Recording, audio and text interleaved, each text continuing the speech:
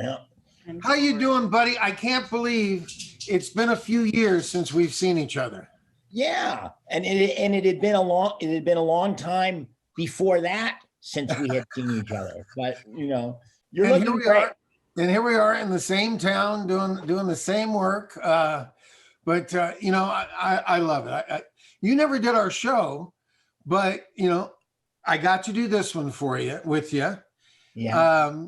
Which let me explain to everybody. This was a wonderful special that came out of. Well, I don't know if you hear my mom say it. It came out of me saying, "Hey, Mom, you know what? I'd really like to go to Washington and go see the FBI building and maybe the Treasury and the Senate and of course, I want to go to the White House and meet the president and stuff." Yeah, sure, kid, sure. I wanted to go to the Treasury. I wanted to see the money. Yeah, and burn it. Just to pick it up and just throw it into the furnace and burn those wads of money. Why they wouldn't let us go with our suitcases, I don't know. Did you bring anything back in that trench coat?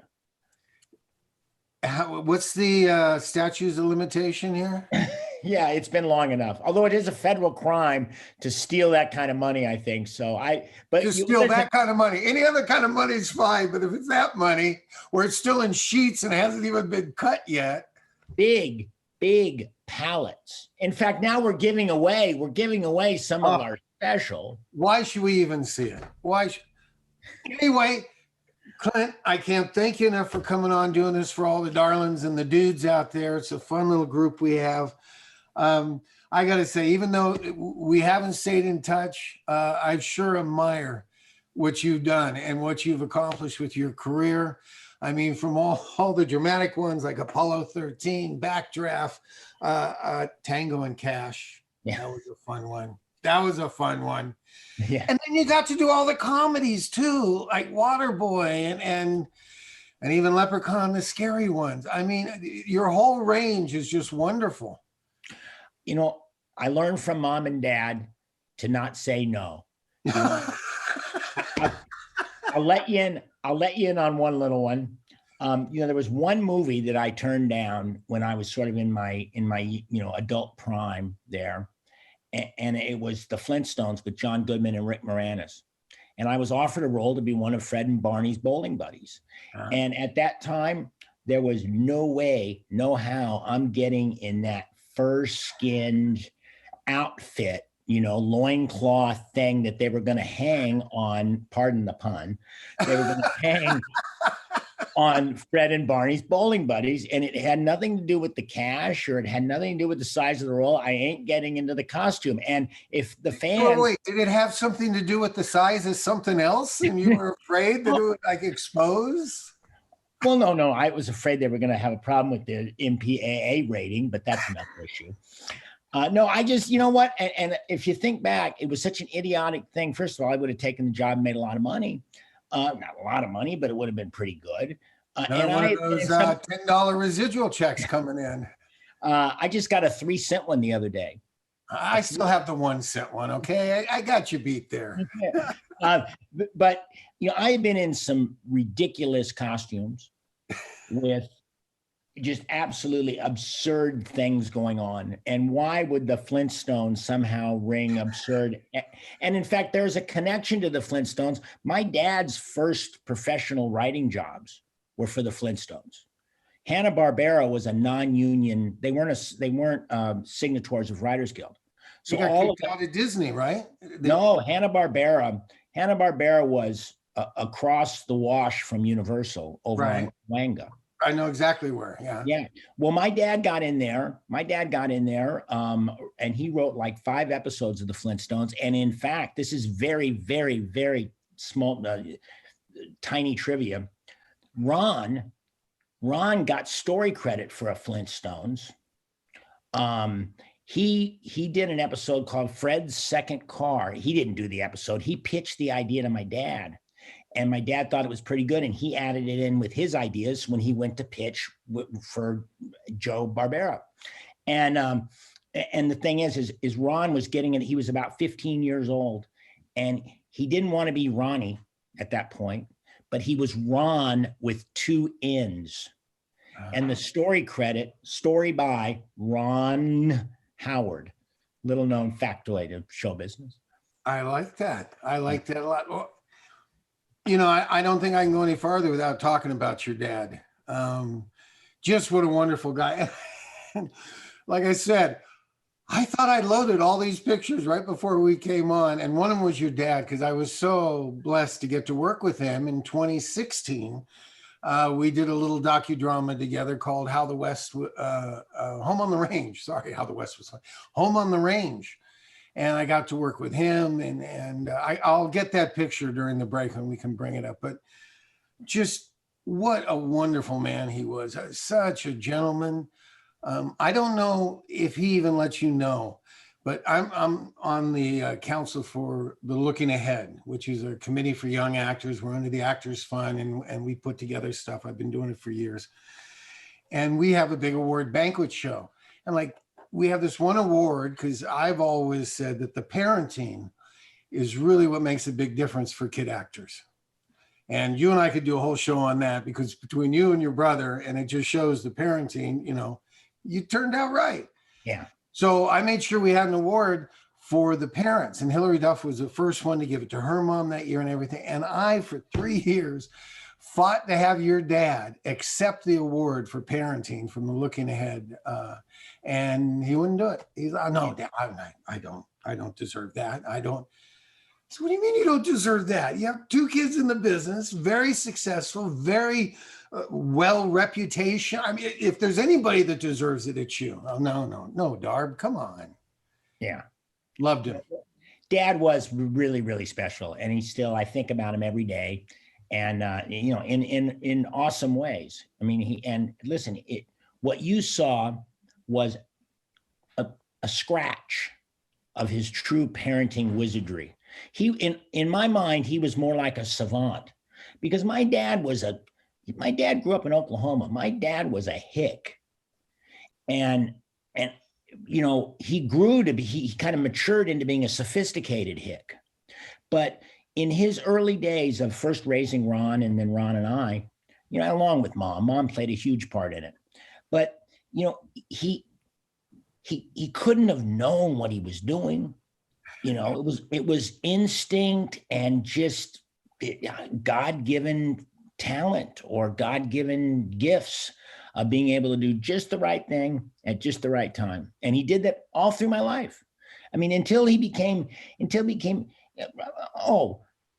for all but a couple of years, because at the end he was starting to get a little old, and I didn't want to bother him. I didn't want to add stuff into his head that might, either upset him or whatever. But the fact is he was my go-to guy. My dad was my best friend. My dad was my best friend since probably Gentle Ben, because, we were down in Florida and we bonded. And from that point forward, listen, he wrote a lot of those too, right? Yeah. He wrote 5 Gentle Bens. He was actually, not a prolific writer in terms of television, but when given the opportunity, he did really good. He did an episode of The Rookies. He wrote a couple of films. He wrote a few things under the table because, the Writers Guild can be really strict, and he didn't want to go against the Writers Guild. However, he did want to write. So he kept really busy as a writer, and he kept busy as an actor. Look, if you worked with him in 2016, I worked with him about 2 weeks before he fell ill. And it took him about a month to expire. But the fact is, Dad got to the end. Right up to the end, and he didn't know any looping. He didn't know looping. He didn't know anything. He signed out, and then he signed out. Last story on your dad, I got to say, because your brother did do a Daniel Boone. Ron and I got to wrestle on the ground and everything else. Did you kick his butt? Did you kick his butt? Well, of course, I was the star of that show. Hey, hold on, Darby. I'll let you go in a second. We're 5 years apart. He did a couple episodes of Gentle Ben. In one episode, I cleaned his clock. Now, imagine little brother revenge there. Well, no, it was written in the script. You know, Of course. he was 13, I was 8, and somehow they devised a few, like, you know, fist fights in the show where I beat the snot out of them. I love show business. Oh God, it's the best. It really is the best for everything else. But the time I remember, we were doing a scene together. It might have been the wrestling scene. I don't know. But we were doing a scene together. They came over, they blocked it, everything. Okay, you know, you guys go off. We're going to light it and everything else.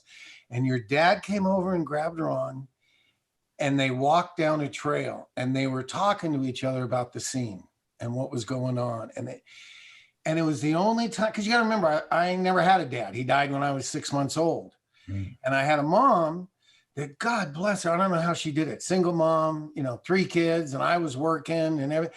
So she wasn't on the set as much as she was supposed to be.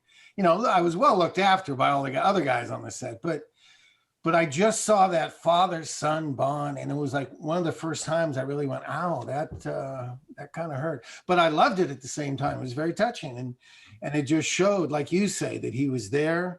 He, you know, made sure you guys were. All right, I'll say one other time.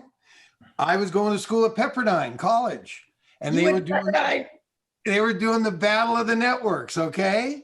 And Ron was competing, and I wandered down just to see what was going on and who was happening. And I saw Ron's dressing room, and I go over and I knock, and there was your dad, and I'm all, hey, Rance, how are you? And you know, and then Ron kind of ran in real quick, and oh yeah, hi, and he started to walk out, and Rance went, wait a minute, Ron, come back here.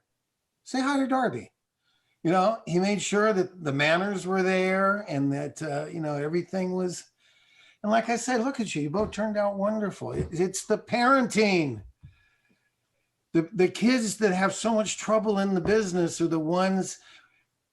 Paul Peterson coined the phrase, it's the deer in headlights. You know, they come to Hollywood, they see the bright lights, and here, take my kid. Do whatever you want, make him a star, and let's see what happens. Yeah. Those are the guys that get in trouble.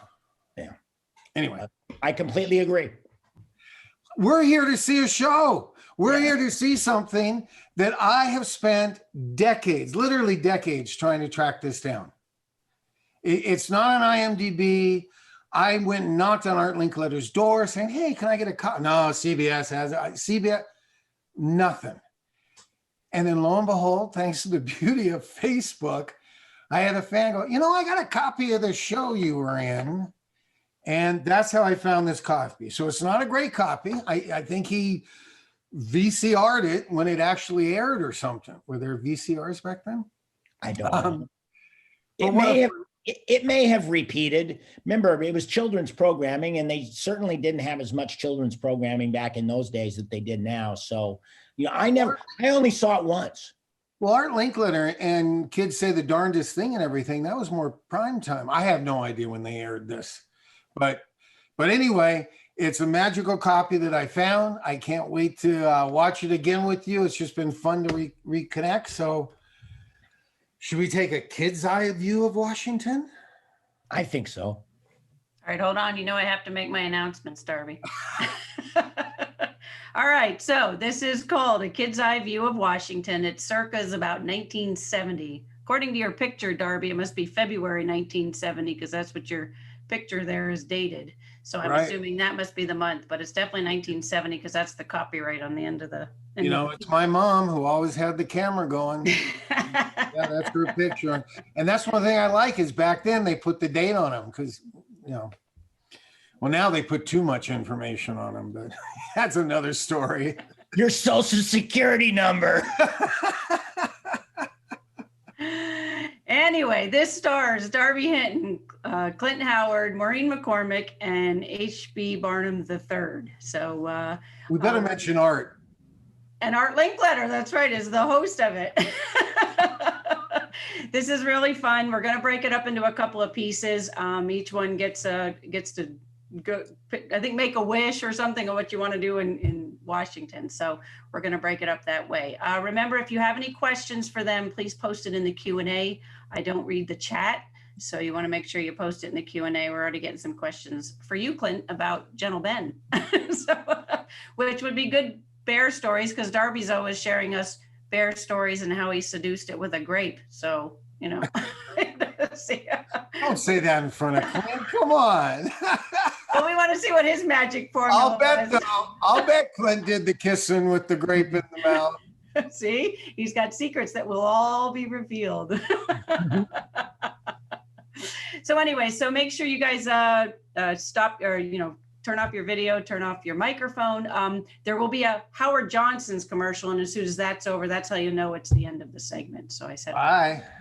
All right, so we're going to go ahead and get started.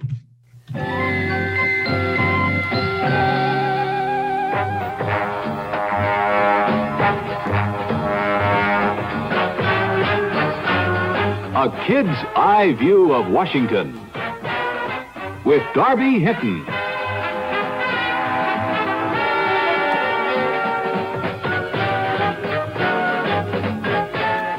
HB Barnum III.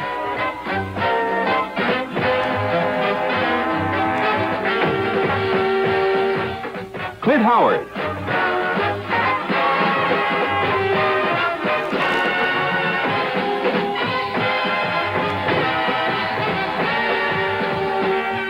And Maureen McCormick.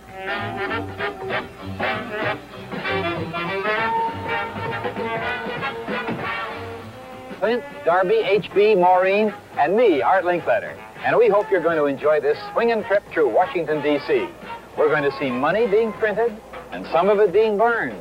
We're going to the FBI to see the 10 most wanted criminals. We're going to take a ride in a private senator's subway. And we're going to the White House to meet the president. It's going to be a thrilling, fun-filled hour, so stick around for a kid's eye view of Washington.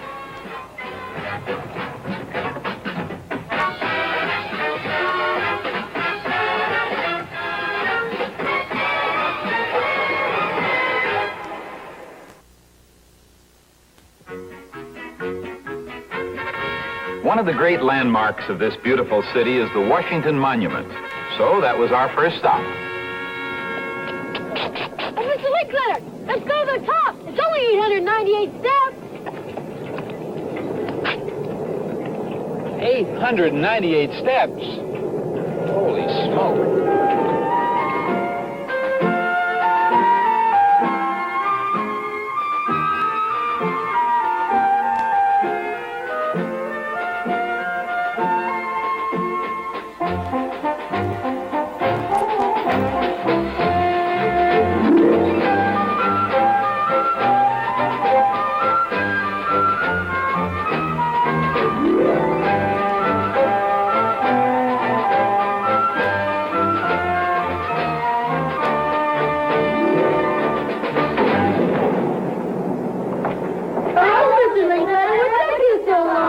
And you saved a dime, too. Come on. Isn't that the Capitol, Mr. Linkletter? Yes, that's where the senators and the representatives go and make the laws for the country. See that little red building down there that looks like a Scottish castle? Mm-hmm. That's the Smithsonian Institution. And these other buildings are all big government buildings on both sides of the mall. See, the mall is another name for a park that runs for about 1.25 miles up there. Isn't that something? Yeah. Was the Capitol always in Washington? No, Darby, it was in New York and then Philadelphia. See, all the states would like to have the capital in their state. And so finally the federal government took a part of Maryland and part of Virginia and made a federal state that they called D.C. That's why it's Washington, D.C. Oh, look, there's a mansion. Oh, Maureen, I'll be right there. Where? See, there's a mansion. Oh, that's the White House. You know that. That's where the president and the first lady live. You see the lawn, that wide lawn? That's where the president invites the kids for the Easter egg roll each year. Did Washington ever live there? No, George Washington was the only president of the United States who never lived in Washington, D.C. He lived in Mount Vernon, Where's that? about 10 miles from here. Of course, in those days, that was about a 3-hour ride. Now, you see the helicopter? Mm-hmm. That's the presidential helicopter, so President Nixon doesn't get stuck in downtown Washington traffic. And sometimes, Maureen, he lets very special friends ride in it. And I think you and I are going to be very special friends. Boys, you're looking at the Lincoln Memorial. See him ice skating on the reflecting pool? Uh-huh. That's the Potomac River. and the Arlington Cemetery. And further on, you know, we're looking west, you can see California. Oh, Mr. Linkletter, that's too far away. It's about 3,000 miles. Well, maybe your eyesight isn't good enough. Take a look. See, right over the Arlington Cemetery. Ronald Reagan.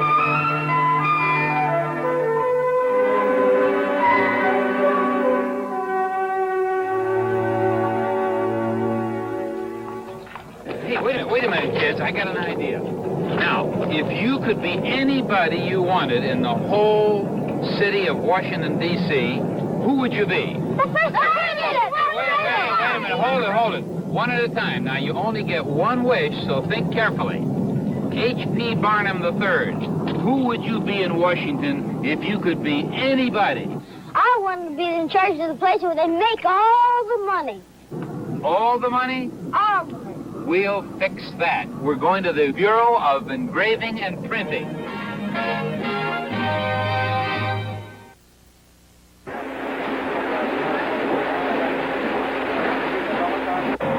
This is the Bureau of Engraving and Minting, right? No, it's the Bureau of Engraving and Printing. You see, this is where they print the money, right there. Am I the boss? Do all these people work for me? You're the boss. Well, start making the money. Start making the money, he says. Here we go. See it coming by there?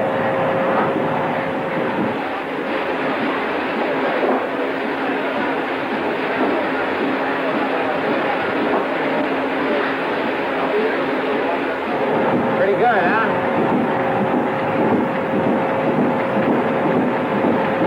Okay.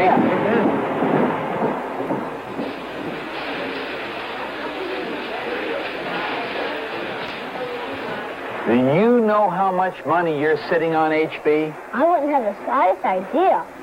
$64 million. Wow. These are $100 bills, sheets of them, 32 in each one of these sheets. That is a lot. Yeah, you're probably the only little boy in the world who's ever sat on $64 million. I can imagine. Isn't this your birthday? Yeah. How old are you today? 9. What would you like for your birthday? Really all this money. You'd like this money, would you? See those guards? They'd never let you out of... Of course, you're in charge of the building here, aren't you? Uh-huh. What room are we in?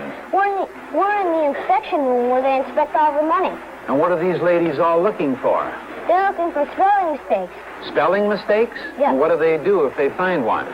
They put a red check on it, and then they put it in a certain file. Yeah. And then what do they do with each of these sheets after they're inspected? They chop them into pocket size And then they send them where? to the bank. And then the bank gives them to people, of course. Yeah. And then how long does the bill last after people carry it around in their pockets? Oh, I'll say about a year and a half. That's exactly right, a year and a half. Now, what do they do with all of those things where they got the red marks, finally? They take them to the burning place, and then they burn them up. They burn money? Well, I'd like to see that. Could we see that? I'm sure you could. I think we can arrange that, yeah. You're the boss, aren't you? Yes. Well, then let's go. Okay.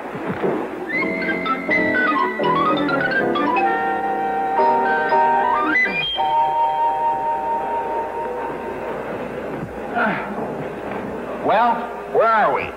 This is the place where we burn all the bad money at. Where? Right down in here. Okay, let's do it. Open the door, please.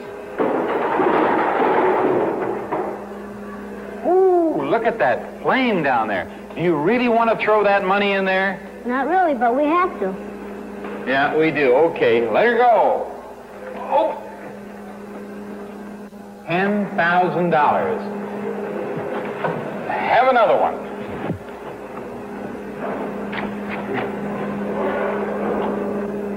There it goes, HB. All our money. I'd like to throw one. Look out of the way.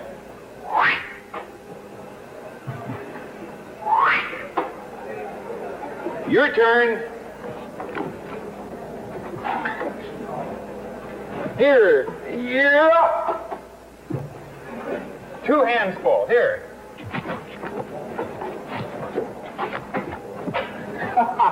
You almost put that there yourself. Well, nobody ever burned up money, even the playboys of Europe, like we're burning it up today, right? Right.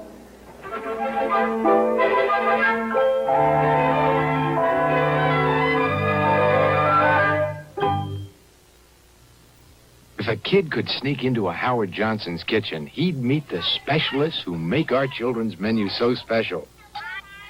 Specialists like Hot Shot Frankie Roll, the hottest hot dog man in the whole world. There's talented Tony Twist. Just look at the way he cooks that spaghetti. Captain Jack Shell's been frying our clams ever since he was knee-high. Using just the right amount of jelly is what makes Spready Freddy's peanut butter and jelly sandwiches so scrumptious. And who else but Lunar Patty could whip up such an out-of-this-world grilled hamburger? With kids specialists under the orange roof, no wonder kids find more to be hungry for on Howard Johnson's children's menu. Come into a Howard Johnson's with Mom or Dad, and you'll get a free dish of new Candy Delicious American Rainbow Ice Cream. It's free with any meal you order. But look what we have. Something that no playboy in Europe did. Sat and burned as much money at one time as this guy. How you doing, HB? $10,000 a toss, mind you. A toss. Wow. And Art had to hold me. There was a lot of talk about that on the set because they did. I mean, you saw I was like looking down into the fire, and they did not want to see me. That would have been great television, but I saw you almost went into that furnace. I would have gone out in a flash. It would have been beautiful. No, not the way I want to leave this planet. Well, HB, what a treasure to get to track down you, because we lost track. Now, first of all, what age were you when you started in the business? Well, I think I was about 7 years old. I think my first commercial was a Mattel commercial with Artie Johnson. And he did his famous, very interesting line that he was famous for back in the Laugh-In days. And so I think I started at 7. I actually got the first commercial interview that I went on. So I thought I had it made at that point. But of course, we all know the realities of the situation. Now, was that something you said, hey, I'd really like to be an actor? Or was that something your mom said, hey, let's try this. You're a cute kid. It was my mom driven. My father was okay with it, but my mom really drove me to do it. I loved it. I had no problems with it. And she was a go-getter, and she kind of, had a vision, and it worked out. I had a very nice career when I was younger doing that. And I really enjoyed it a lot. I got to see a lot of places, meet a lot of cool people like you and Clint, and Maureen and Art. It was just a lot of fun. I mean, nothing bad to say about it. Oh, good. I like that. I like that. I know, look, we're all very somber in this picture here, but that's because we were at the Eternal Flame and we were doing what we were supposed to be. Oh, thank you for putting that into context, because I seem to remember having a lot more fun than that picture is showing there. Clint's not sure what's going on here. Yes, but this is the Eternal Flame. So exactly. There we. I love look at Clint and his tie. I mean, we're also 1970. Boy, we had a lot of fun during the filming of that. And I don't know if you remember this one thing that we used to do, but it brought me to laughter and to tears every time. I'm not sure who started it, but you and Clint would start pretending like you were gargling mouthwash or something like that, and your cheeks would stick out and start to turn round and round, and I would just start laughing so hard. And I'm sure the production staff got frustrated with our childish behavior, but I remember that like yesterday. That's the one memory that really sticks out, or one of the best ones that sticks out from that whole experience. Are you saying that Clint and I would try to make you crack up in the middle of the scene? There's no trying involved. It just happened. It was so funny. Clint, do you remember that? Go back to the picture behind me. Whose cheeks are out in that shot? Well, I kind of was born that way, actually. Oh, well, no, that's Clint. I think is got the cheeks going. I think we know that's a smoking gun. That's a smoking gun. Yeah. We had our game faces on, guys. That was a shot. That was a scene we were doing, and we all had our game. We were at the Eternal Flame. Yeah, it was a very moving point in the production there, and Art kind of told us what we were looking at and everything. Oh, absolutely. And it was very memorable. I do remember that. I didn't until now that we had gone to the Eternal Flame, but now I totally remember it. Yeah. The one thing that I remember from the whole week that we were there, first of all, it was cold. But second of all, getting to go to school in the basement of the Smithsonian. Oh, my gosh, I'm trying to remember the teacher's name. She was one of those teachers that was on a ton of different shows at that time. Because I remember seeing her at like the different sets that I go to, I would run into her quite often. If you remember the teacher, I will be very impressed. I do remember in the hotel room that we had the schoolhouse, and it was, you know where I'm going, and there was like a little hallway between the rooms. But Maureen's not here, so we can't talk about that. And she didn't write about it in her book, so we'll just... That really should stay there. Yeah. We'll just let that one, we'll let that one slide. I did invite Maureen, of course, to come to this and join the party and everything. She said she was working and unfortunately couldn't join us, but so that's it. But yeah, I'm sure that's a faux fur coat she was wearing back then in the 70s too. No comment. Can I intercept a question? So how did you guys get this gig? I mean, did you guys actually audition for it, or were you handpicked by Art Linkletter? Do you remember how you guys got chosen for this? I don't remember the details. Go ahead, sorry. No. Well, like I said before, I told my mom I wanted to go to Washington and do all this stuff. She kind of winked at me. She always kept my dad alive by saying he would give us winks and kisses and little special things. All I know is a few months after I asked all that this showed up. So I have a feeling my mom might have had something to do with the production, either that or it was a little Christmas miracle that we got to go do this.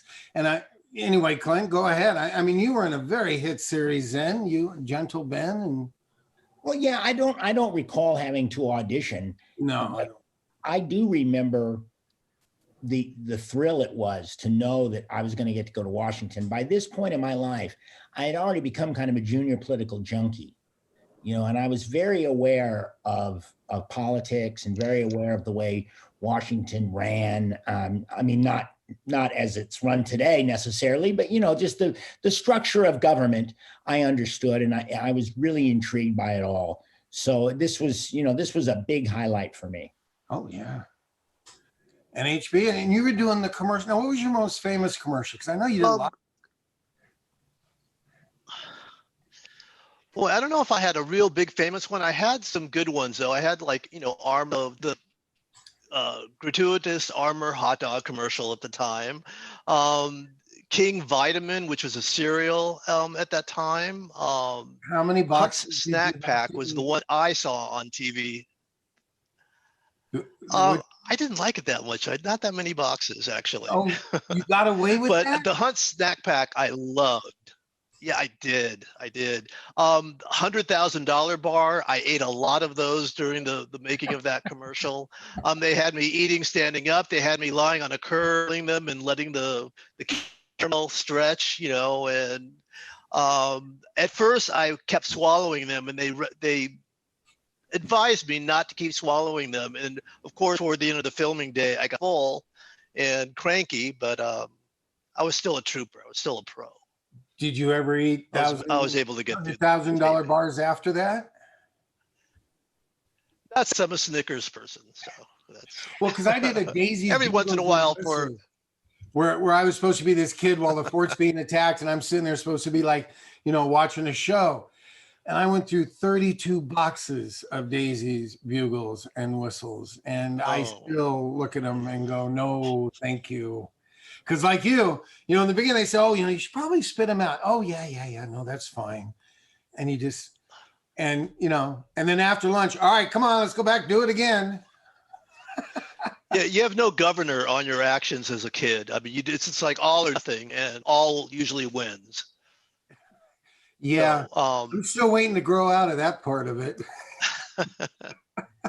but Clint, speaking of politics, one of you on the set had a trick for remembering all the Supreme Court justices at that time. Was it you, or was it Darby, or was it somebody else that was? It was somebody that, and they taught us like a trick, and I don't remember the trick, but at the end of the lesson, we were able to recite the names of all 9 Supreme Court justices. And it was amazing because, you know, as a kid, you know, you wouldn't think that we'd be able to do that. So I wasn't sure if it was one of you or if it was somebody else in our troop there. Maybe it was one of the caretakers that were watching over us as we were there. I did not bring that skill to the table in this particular you know, show. And me and names, I'm famous for not knowing names. Yes. Well, this is great. We have a lot of fun. How long is our next segment? The next segment's about 13 minutes, but I did have a couple questions for HB. Somebody wanted to know, where did it go? Oh, what have you been up to these days? You're not acting, well, so what do you do with yourself? I've been married for a while now, since about 1996. I'm a network engineer. I put together, design, and maintain computer and network systems.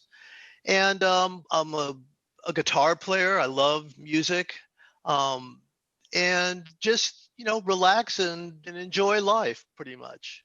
Work hard, but try to enjoy myself. That's your dad that put out a lot of albums, right? That is him, yeah, and he's still alive and he's still putting out music. He's worked all of his life since like a teenager as a musician, and he's arranged and produced some of the great names in the industry.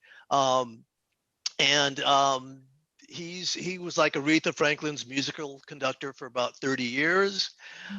He's, you know, worked with Frank Sinatra and Stevie Wonder and Patti LaBelle, just a number of different people throughout. Yeah, if you've seen that movie called The Wrecking Crew, you'll see him in that. He was part of one of the producers that produced and used a lot of those musicians during the 60s and 70s. And he, you know, has his part in history of that time. And he's just a wonderful person, a very giving, generous person. And he's still with us. So it's great. That's fabulous. Okay, somebody had a question. Pamela Pavkovich. She said, this is a question for all 3. What was your favorite part of your day in DC? But I want to partner that up with, because they ask you each what it is you want to do. Did you really get to say what you wanted to do, or did they say, you're going to do this, you're going to do that, you're going to... It might have been scripted a little bit. A little bit. They might have had, you know, places they wanted to go, people they wanted to see. But no doubt, throwing money in the furnace and sitting on $64 million was a lot of fun. So I had no regrets with my wish.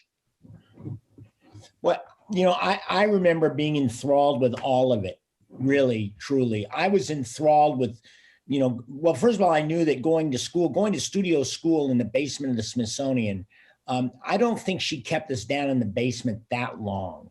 We took a lot of breaks, and actually, you know, our breaks from studio school meant we could go up and be in the Smithsonian, right, which is such a treasure. It's a worldwide treasure, not just a national treasure. You know, so I mean, just the whole thing just was to me a thrill. And you know, I remember going to seeing the money, burning that money. That was sad. That was a sad. That just kind of stick in your mind. It's just look, it's not that worn. I'm sure it'll work. And not to give it away, the one thing I remember about the Smithsonian is they were opening up and letting you and Maureen play with all the jewels and everything. But when it came to the Hope Diamond, they were like, no. We can't open up that. It's got bad JoJo. Bad curses come with that. And what else would you like to see? But yeah, to have the Smithsonian shut down, and what do you want to play with? Yeah. They ask me why I love this business. Yeah. So Darby, were you the oldest of the four? Oh, Are you the thank you. oldest? Can we go on now? Can we, Well, no, were you and Maureen the same age, or were you the oldest? no, Art Linkletter is.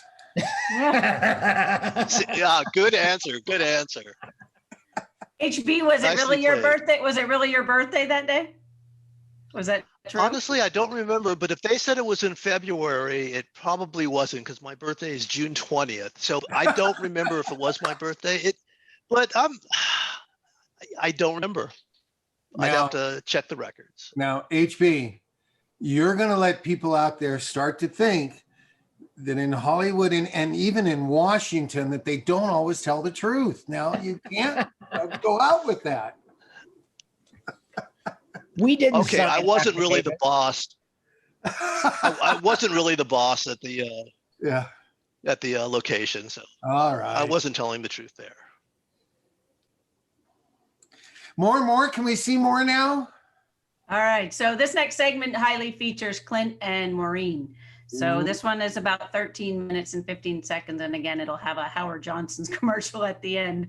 I tried to pick different ones just because it's simpler times, as they say. I know, and I was going to try, you always say, what are you drinking? And for the different things, but I can't make an orange freeze. I loved Howard Johnson's orange freezes. Orange freeze. Orange sherbet? Orange freeze.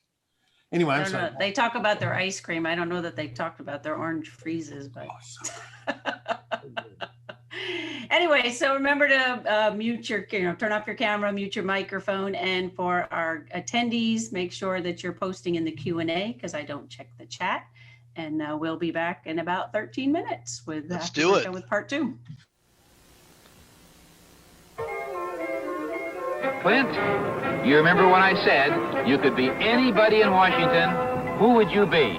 I'd like to be a guy that takes care of all the, well, you know that museum where they have the first telephone and the old cars and things like that? The museum? Oh, you mean the Smithsonian Institution? Yeah. You'd like to be the curator? Oh, yeah. I want to be the curator of the Smithsonian Institution. Hi, Maureen. Hi. You know what I learned as curator? No, what? It's a Smithsonian Institution. It has a mess of buildings, and it has almost 60 million items, from art to zebras. Do you have anything for girls? Sure, the stagecoach. Come on, get inside.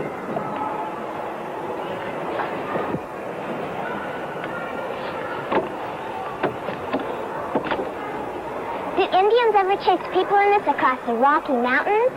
Not this one. This one ran in Connecticut between two little towns just 10 miles apart. It's very nice, but don't you have anything more modern? Hey, kids. All aboard for Boston.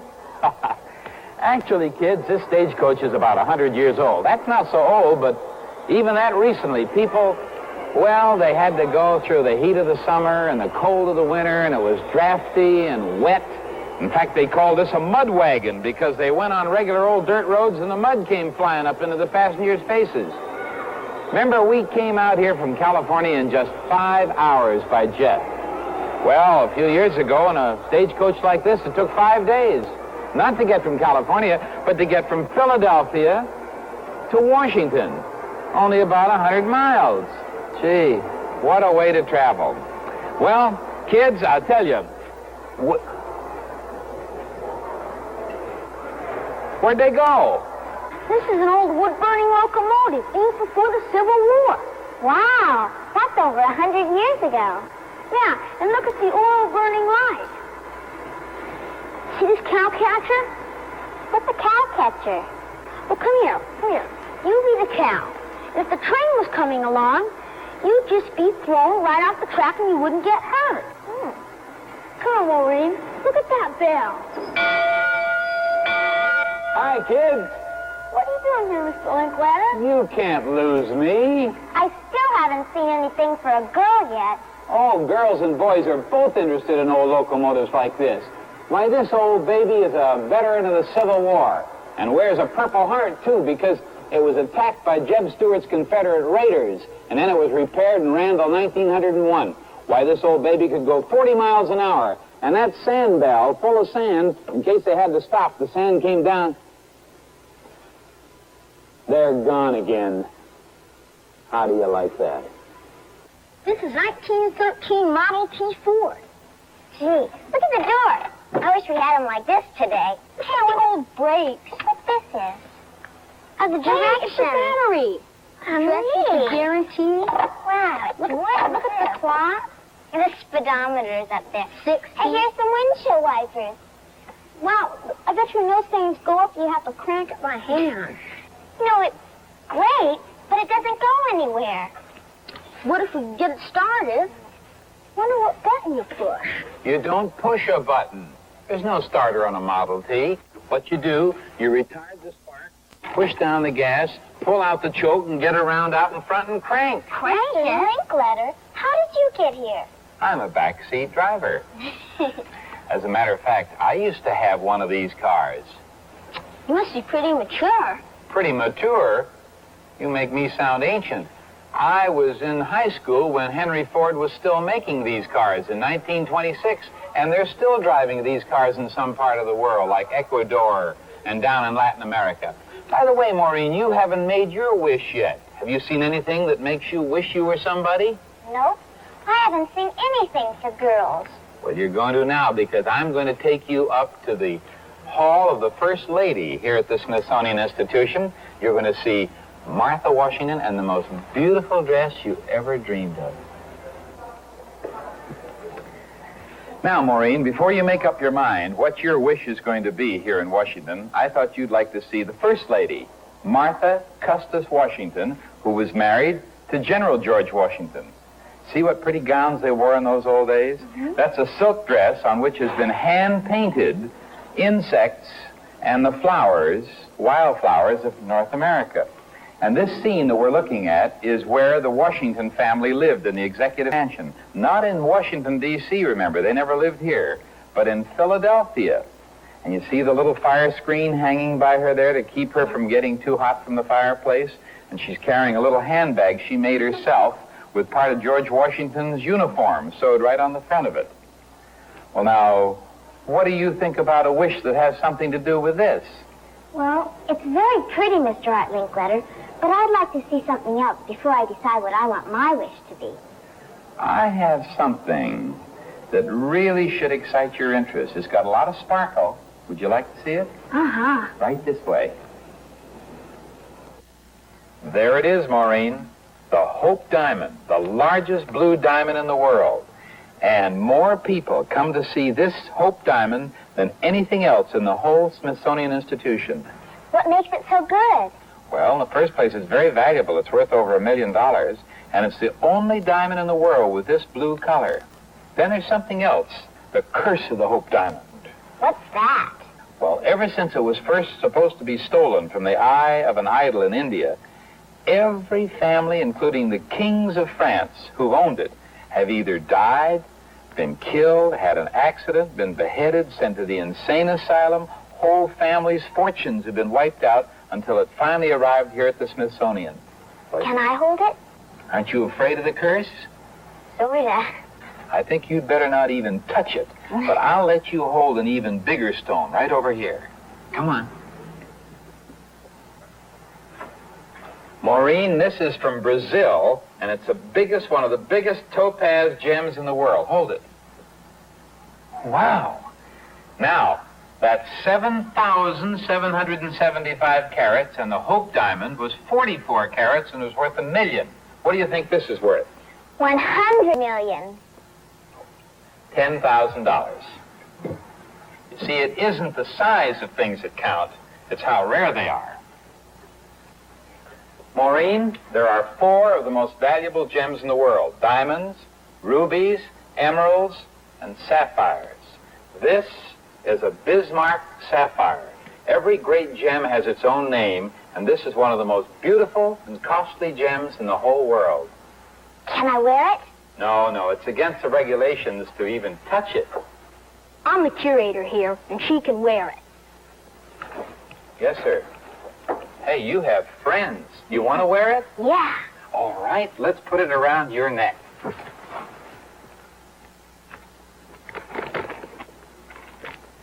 There it is. Isn't it beautiful? Mr. Linkletter, I think I have an idea of what I'd like for my wish. This jewel is so beautiful. Wouldn't it be nice if I could live in the days when grand ladies wore such magnificent things? Would it? I'd like to try. I'd like to live in the romantic past when ladies rode coaches and wore beautiful gowns. Maybe in the days of Washington. Maybe be the mistress of Mount Vernon.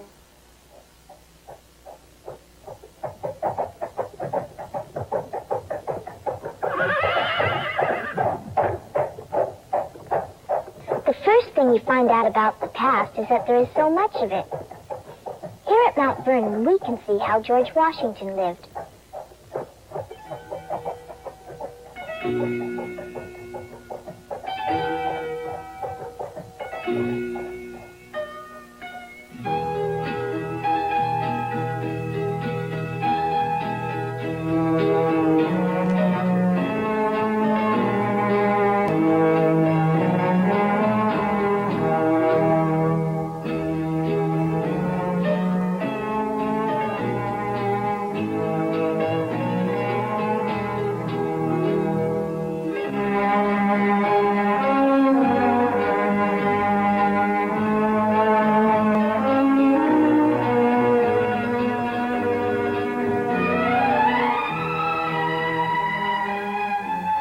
What George Washington would think if he could see how people live today.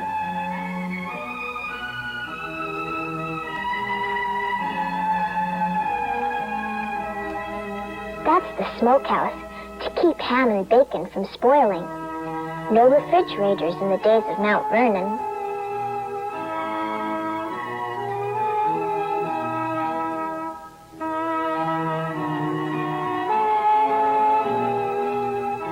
The kitchen to Mount Vernon, in a separate little house.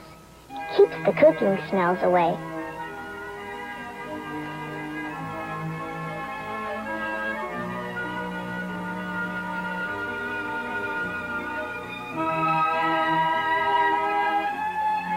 Didn't George Washington like to smell bacon in the morning?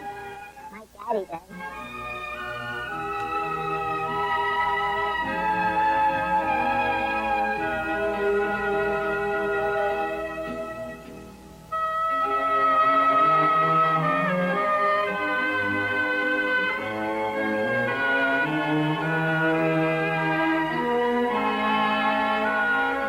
Springtime will soon come to Mount Vernon.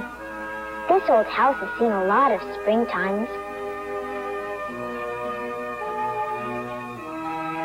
There's the weather vane that the general had put on top of his house. The Dove of Peace, 200 years old, 200 springtimes old.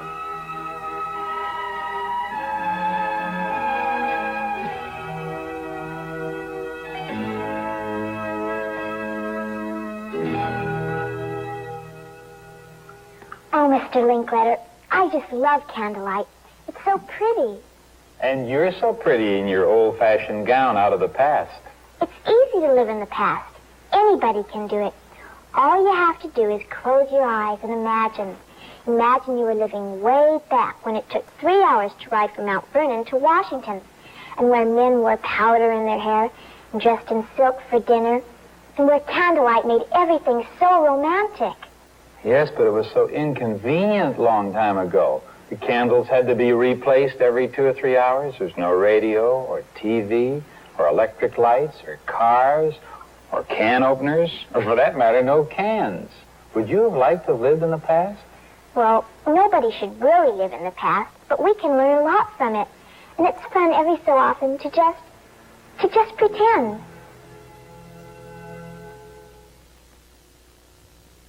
I'm I want some peppermint stick. I love some peach. I want pistachio. Do you know what it feels like to be plain old vanilla? When 27 other flavors have much fancier names. When you're plain old vanilla at Howard Johnson's, how you gonna whip chocolate chip? How you gonna lick peppermint stick? How you gonna reach your kid who likes peach vanilla? So what? You got pistachio nut, butter crunch, banana, burgundy, cherry, coconut, caramel, black raspberry, Swiss chocolate, almond, apple, strudel. It's enough to drive you off your noodle. Just look at what you're eating. Do you need further proof?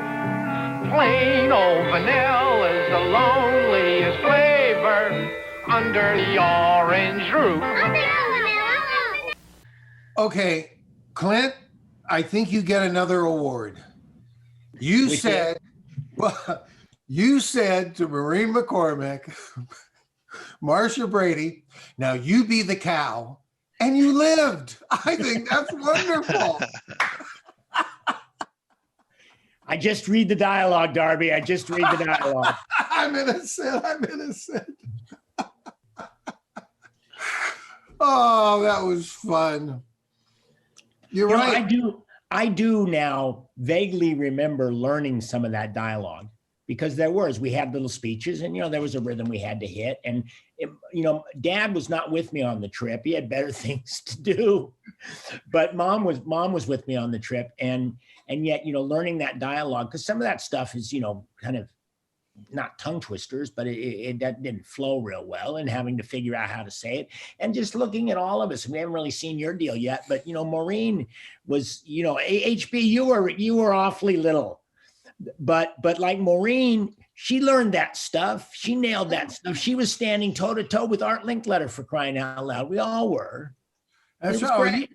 Yeah, you come in, you got to rattle off, the numbers they give you and everything else, and it was fun. But you're right. I was really lucky. I got to take my boy back to Washington D.C. just a couple of years ago for the opening of Bill Tillman. And you go into the Smithsonian, and it's so crowded, it's hard to even get out and see the exhibits and But here they just shut it all down for us, and of course the experts are all right there behind the camera. So you have any questions? They got all the information. It was great. It is. Doing this evening is so wonderful because, it just, for me, and I'm sure for you too, just personally reminds us what a privilege we had getting to do this stuff. And, I'm sorry, HB, that we were messing with you. That's bad. That's bad juju for other actors. Not at all. With other actors. But, that was the best part of it. Well, we had a job to do. I remember it was fun. But, we had to put our game faces on and do our business. Oh, and get our 3 hours of school in too. Yeah. Which is what, Darby, we probably had 10,000 hours of education in that short period of time we were in Washington, D.C. Well, and that was my mom, who was a school teacher. And she always believed that traveling and actually getting out and seeing the things was such a better education than ever reading about it. And, I have pictures in here, and I'm really, like I say, she took so many pictures. They're all over, and I couldn't find some of the ones I wanted. But I do remember going to the Ford Theater. And for me, that was really moving, more than I thought it was going to be. Because they let me go up in the balcony right next to, there's a partition, but the balcony right next to where he was when he was shot. And you got to see where Booth jumped down, and it's just, wow, you're living all that history. It's you're right. It's a privilege. I love it. And we've been doing it a long time. That's the thing. It's not like a privilege. For me, it's not like a privilege that I stumbled into, when I was in my 30s. I mean, I don't remember when I wasn't in this position where, beautiful things were happening and I was around great people. I mean, HB mentioned about getting to do, unique things and getting to be around really cool people. Show business is filled with, people who are not necessarily all that great, but there is a huge contingency of really beautiful people, creative people, artistic people that work in the business. and so getting all those experiences, I honestly don't remember Art that well. I remember us very well. I don't remember Art that well, but look, I mean, and look what he did. He was a giant, and him furthering the connection between kids and adults and being able to have that kind of, he was sort of, I mean, he was a genius. He really was. And what a businessman too. Yeah. You know about the deal he created with Disney? No. Walt Disney wanted him to be the master of ceremonies and to open up Disneyland when it opened up, because he was a big deal then. Yeah. I said, okay, I'll tell you what, I'll do it if I get a percentage of every bit of Kodak film or film that people buy once they're in Disneyland. And Walt's all, okay, sure. Yeah, he's a very clever man, very, very. Wow. He probably didn't need to do this special, if that's what you mean. Well, you know what? I look at it like when he was reacting with, the guys on the stagecoach, and he's very exaggerated because he's working with kids and stuff. But, I look at him, I think he was having fun too. Yeah. I don't get a sense at all that he wasn't in his element there. Yeah. So, and if his element happened to be a special contact with kids, he obviously had an affinity for them because his virtually his whole career. I'm sure when he was 18 years old, he didn't want to do that, but he fell into it, and he had he obviously had a wonderful connection with kids. So, I mean, listen, we have this memory, and now we have a copy, so it's wonderful. And Darby has a copy. I don't have a copy. I got a copy for you, HB. I made one for you. Thank you. I don't have to beg. And I'm even sending one to Maureen, so you can have the memory. Like I said, it's not the best quality, but thank God somebody grabbed it, because I really thought this was all lost forever. And you think back on, did I really go burn $10,000? What? And it's great to have the backup. Yep. By the way, speaking of a great businessman that Art was, he looked pretty comfortable burning like $10,000 a pop there. So I don't know. Maybe he had it to burn. I don't know. Hey, he was so enthusiastic, he almost threw you in. Are you kidding? He almost bumped me in.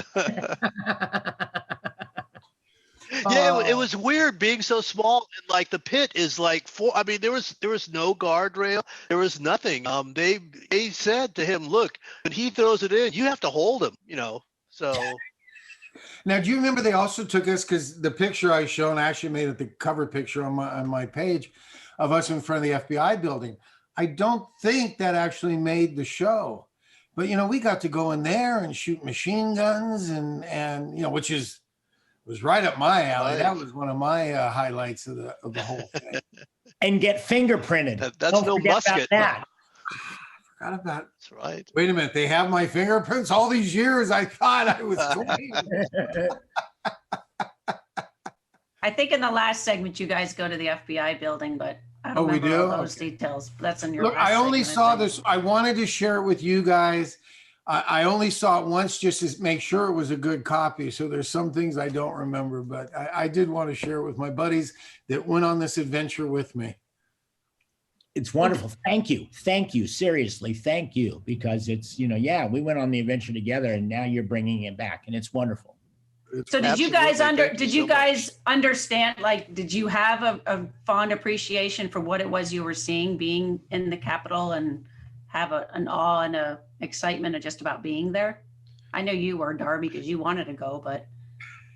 To the extent that I could at 9 years old, yes, because my mom was very, she's a very political person, and, has her opinions, and it let me know what she thought when I was younger. And I totally was able to take it in. So I won't say that I was a master of Washington, D.C. and politics, but I did know that I was in a very special place, and getting a very unique opportunity to sit like in the Oval Office. I don't want to give away anything, but yeah, it was quite the treat and very overwhelming in a lot of ways. That In a was good my way. aha moment, was in the White House, but we'll talk about that after that segment. But yeah. All right, well, we want to go ahead and jump into, this is your segment, Darby. So Uh-oh. I don't know how well you remember Uh-oh. it. And I will say, when I was informed that my person that I got to be was a senator, I was like, what? Wait a minute. He's going off and burning millions of dollars. Clint gets to be the head of the museum and play with all those toys. Maureen, yeah, I'm a senator, but it was a lot of fun. You'll get to see. Darby Hinton, you haven't had your wish yet. Now remember, you could be anybody you want in Washington. Who would you be? I think I'd like to be the man that helps make all the decisions and laws. A United States Senator from California. I want to have a lot of pretty secretaries and a big desk and a lot of telephones. We can fix that because I can see you in the U.S. Senate building right now.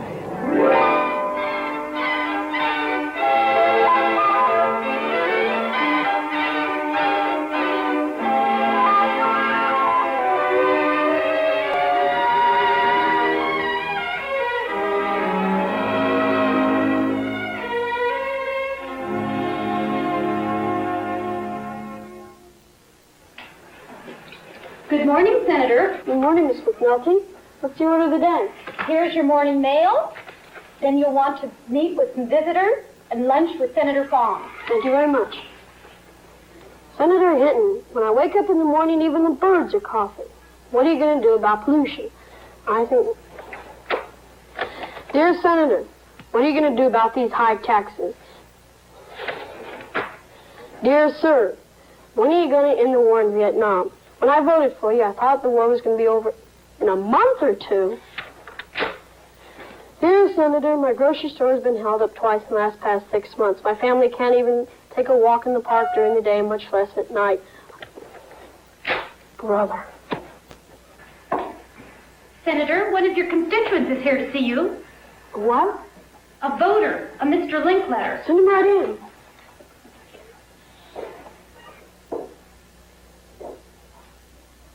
I've come to do an interview for my television show and find out what a new senator thinks of his job.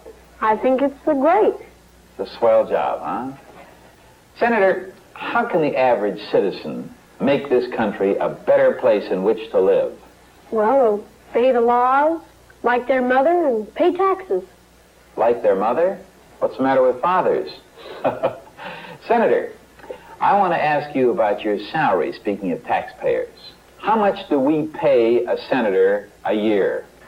Miss McNulty? Yes, sir. What's my salary?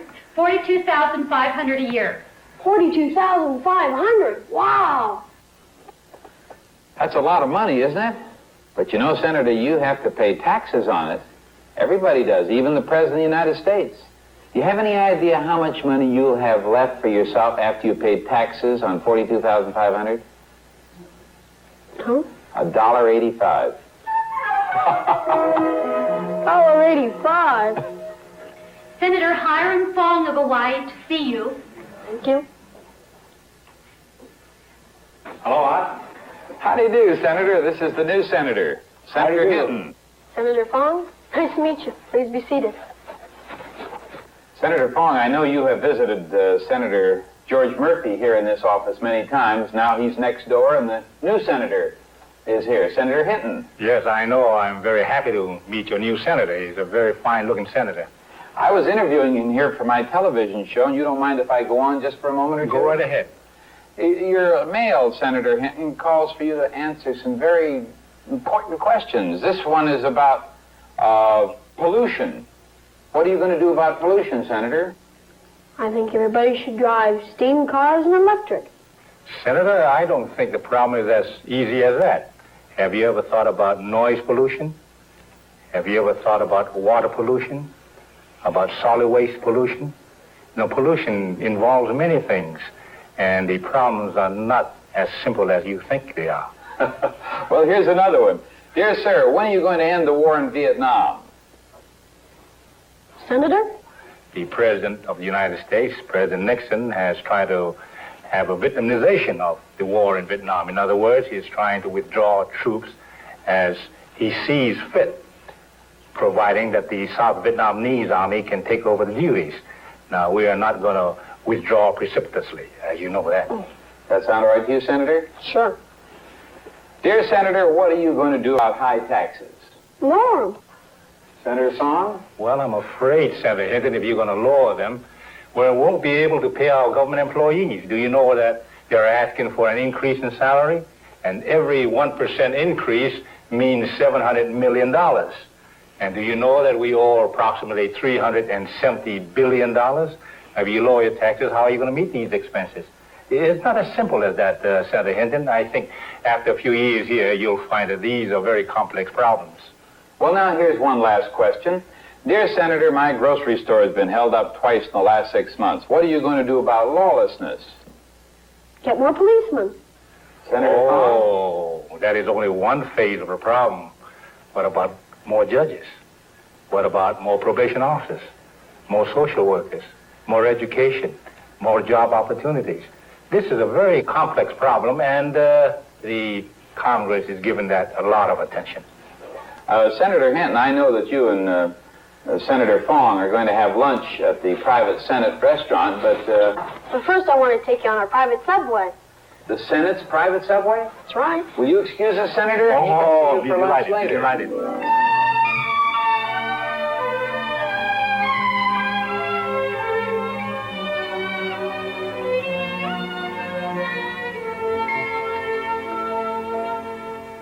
It sure is keen, Senator, to have your own subway. Oh, but it's not as much fun as a roller coaster. Yeah, but it's free. Always goes to the same place. Once we get there, we get to make the laws. Oh, you go only to the Capitol and back, huh? Yeah. Do you really like your job? I think it's the best job in the world.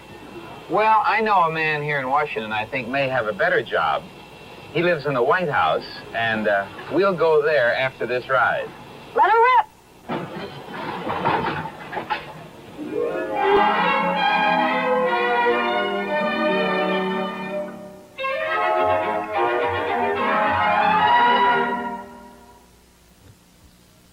American League. American raindrops? American flag. No. American reindeer? No, but you're on the right track. Oh, Come on. American rainfall. No, but almost. American eagle. When you come into Howard Johnson's with Mom or Dad, remember to say the secret password. American rainbow. Right, right. You get all these wonderful things for free. A free dish of new candy delicious American rainbow ice cream when you order a meal. A free menu fun book crammed with crazy cartoons and puzzling puzzles. Luscious licking lollies. Your own balloon to blow. And look, an exciting special Glidabee game to play, too. Now, isn't being a kid more fun at Howard Johnson's? Especially when you say the secret password, American... American...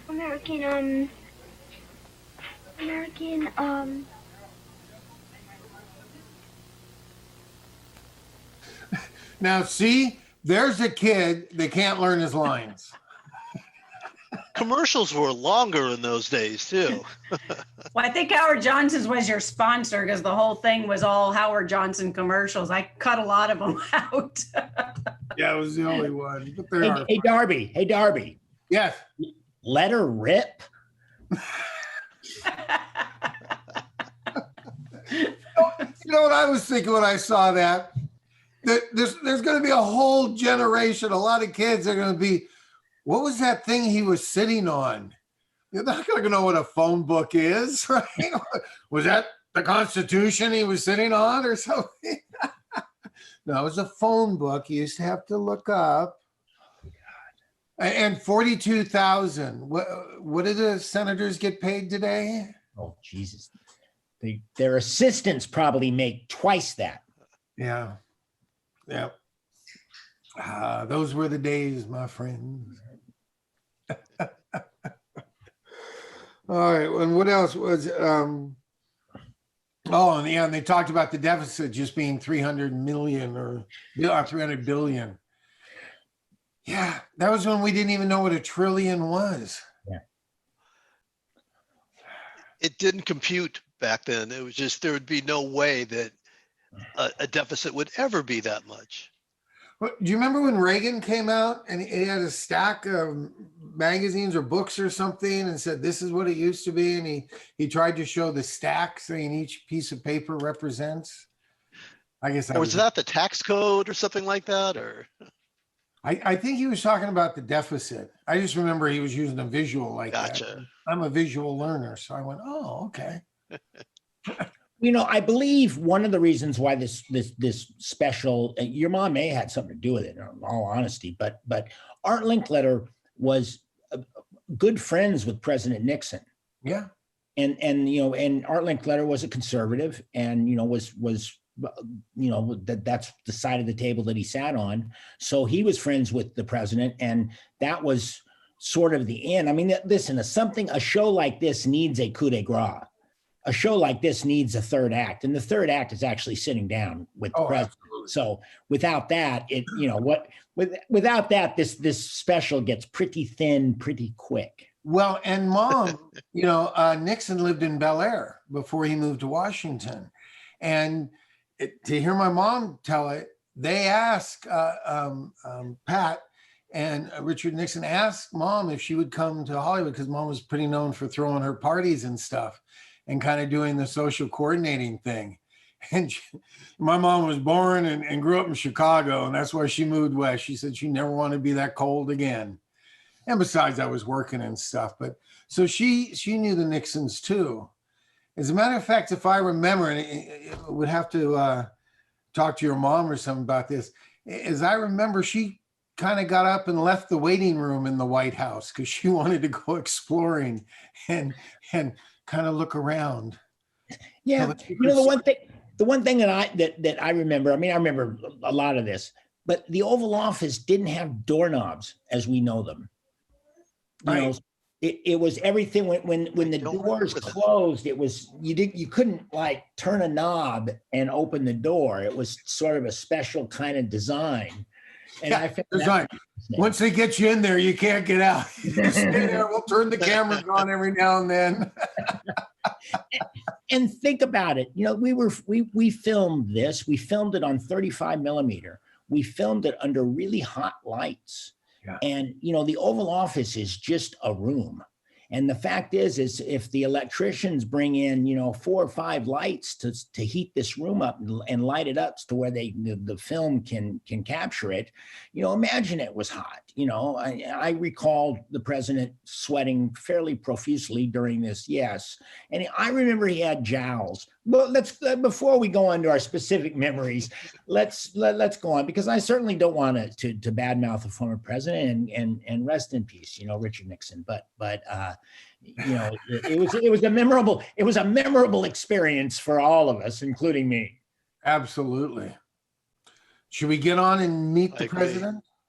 I just want to real quickly say both thanks to Clint and HB for answering the questions as they're popping up in the Q&A. Usually I read those out, but I appreciate you guys answering them. So I just want to let our attendees to know to make sure to click on the answered Q&A tab so that you can see some of their answers to these questions that you're asking. And that's probably why I've not been asking them, because they seem to be answering most of what you guys are asking, which is fantastic. Now you're going to spoil my darlings here. I didn't even know I could go on and answer them there.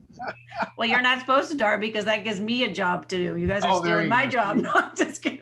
And I never want you to be out of a job, Ginger. That's for sure. Well, I have job security because of the tech aspect. Although now we have HB, who's a whiz ass, so I may be getting replaced. I mean, he's got the headset. He's ready to go. Oh, he's looking pretty official there. Anyway, so this is the final segment. This is almost 20 minutes long. So this, I think you guys go to the FBI as well as you go to the Oval Office. So this will end up finishing it out, and then we'll come back, and it'll be great because you guys can give your recollections of meeting President Nixon. So we'll be back in about 19 minutes. To quote Darby, right?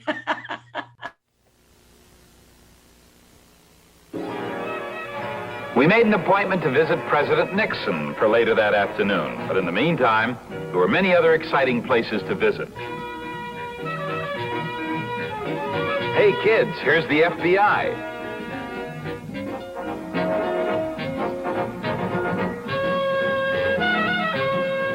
Let's go in and see how they nab the criminals.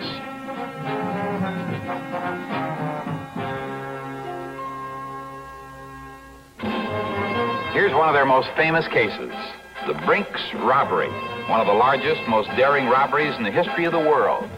11 criminals from around Boston get away with over $2,775,000. It took the FBI about 6 years to catch them and put them all in jail, which is where they are right now. There are the pictures of the criminals, and there are some of the weapons they used. And now let's go see the 10 most wanted criminals whom the FBI are looking for today. This is the FBI's 10 most wanted fugitives list. This program was begun in the year 1950 for the purpose of affording nationwide publicity to these dangerous criminals through a continuous and widespread distribution of their photographs and descriptions. They are placed on the list for basically 3 reasons: the viciousness of the crime, the possibility that publicity will aid in their apprehension, probably the number 1 reason, the threat that the Bureau feels this person poses to the general public. Now, kids, any questions you'd like to ask? Maureen? Well, are there very many women that have committed crimes in the past? Many women have committed crimes. Actually, only 2 women have appeared on this list. The first was Ruth Scher in connection with the macro kidnapping. A famous woman in the past was Ma Barker, who raised her 4 sons to lead lives of crime. Darby? Well, what is the most committed crime and the worst? I don't know what the single most committed crime would be. Homicide, taking of human life, may be the worst. Clint? Well, like when these men go on the wanted list, the women, are these considered the very dangerous, and like the public should know their description, and if they see them, go to the FBI or an office? Sure, we would appreciate notification. 100 top 10 fugitives have been apprehended directly due to citizen cooperation from alert, law-abiding citizens. Thank you very much. Thank you. Now, here on the other side of town is the great memorial to Abraham Lincoln, our Civil War president. Isn't that an impressive sight?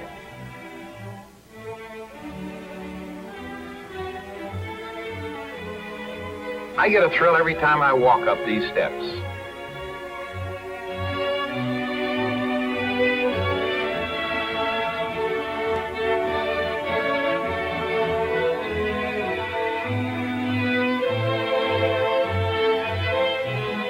HB Barnum, can you read that inscription there on the wall? 7 years ago, our fathers brought forth on this continent a new nation, conceived in liberty and dedicated to the propositions that all men are created equal.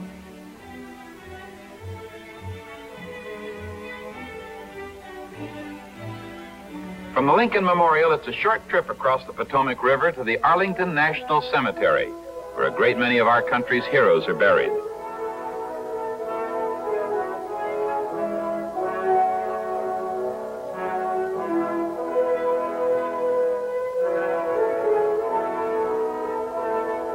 Maureen, you see the words written there? John Fitzgerald Kennedy, 1917 to 1963. Let the word go forth from this time and place to friend and foe alike, that the torch has been passed to a new generation of Americans. It was now just about time for our most important visit of the day. 1600 Pennsylvania Avenue, the White House.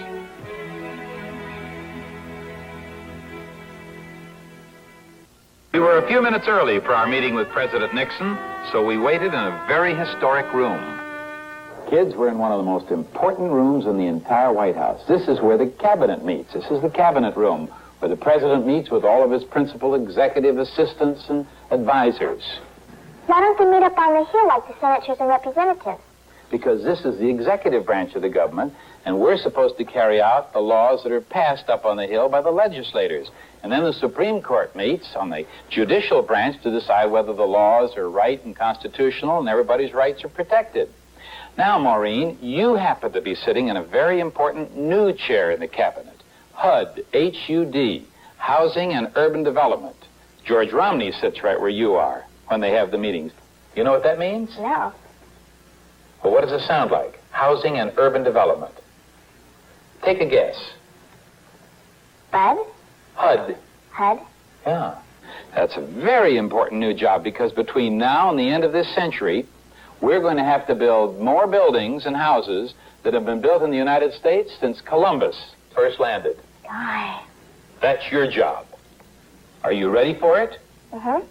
Darby Hinton, you're sitting in a very important seat. The Secretary of State, Mr. William Rogers, usually sits there. You know what the Secretary of State does? Probably has to take care of the individual states. No. Has nothing to do with our states. He's dealing with foreign states, independent countries, and his job is to see that America's position in the world is kept secure. HB Barnum III, you ought to know about your job. You're sitting in David Kennedy's chair, Secretary of the Treasury. You know what he does? Well, who takes charge of all the money, sort of? That's right, but also he's in charge of the Secret Service that catches counterfeiters and protects the president and issues bonds and a lot of very important jobs. So you watch the money, will you? Yes. And now, Clint Howard, you're sitting in Melvin Laird's chair. That's the Secretary of Defense. You know how big a job that is. What does he do? He figures out devices and things that will stop that defense, like atom bombs and hydrogen bombs, to protect the country. Well, in other words, he's in charge of the Army, Navy, and the Air Force, isn't he? Yeah. So you got to be alert. You can't sleep even 1 minute out of every 24 hours, right? So you see, you all have very important jobs. Mr. Linkletter, the president will see you now. This is the big moment, kids. We're going to go in and see President Nixon. Mr. President, these children have really seen Washington, and of course, this is the highlight of their whole trip. This is what you've been so excited about, isn't it, kids? Yeah. And you're so gracious to let them ask you questions. Of course, you're used to press conferences, but this might be a little different. You mean I can't anticipate the questions? You don't know what a kid's going to ask. HB Barnum III, what would you like to ask the president? Mr. President, what do you do for fun, like? Well, it is very difficult to describe fun for the president in the same way that you think of it for other people. You have fun. For example, we have a movie theater in the White House. And if you want to see movies, if you have time to, you can go down and have a private showing. And sometimes I come to California and go to the beach, sometimes to Florida. But sometimes I perhaps think we have to understand that where the presidency is concerned, it's been described by Thomas Jefferson, you know, who was our second president. As Well, the third president. You're right, the third one. Adams was the second. But it was Thomas Jefferson described the presidency as a splendid misery. I don't look at it that way.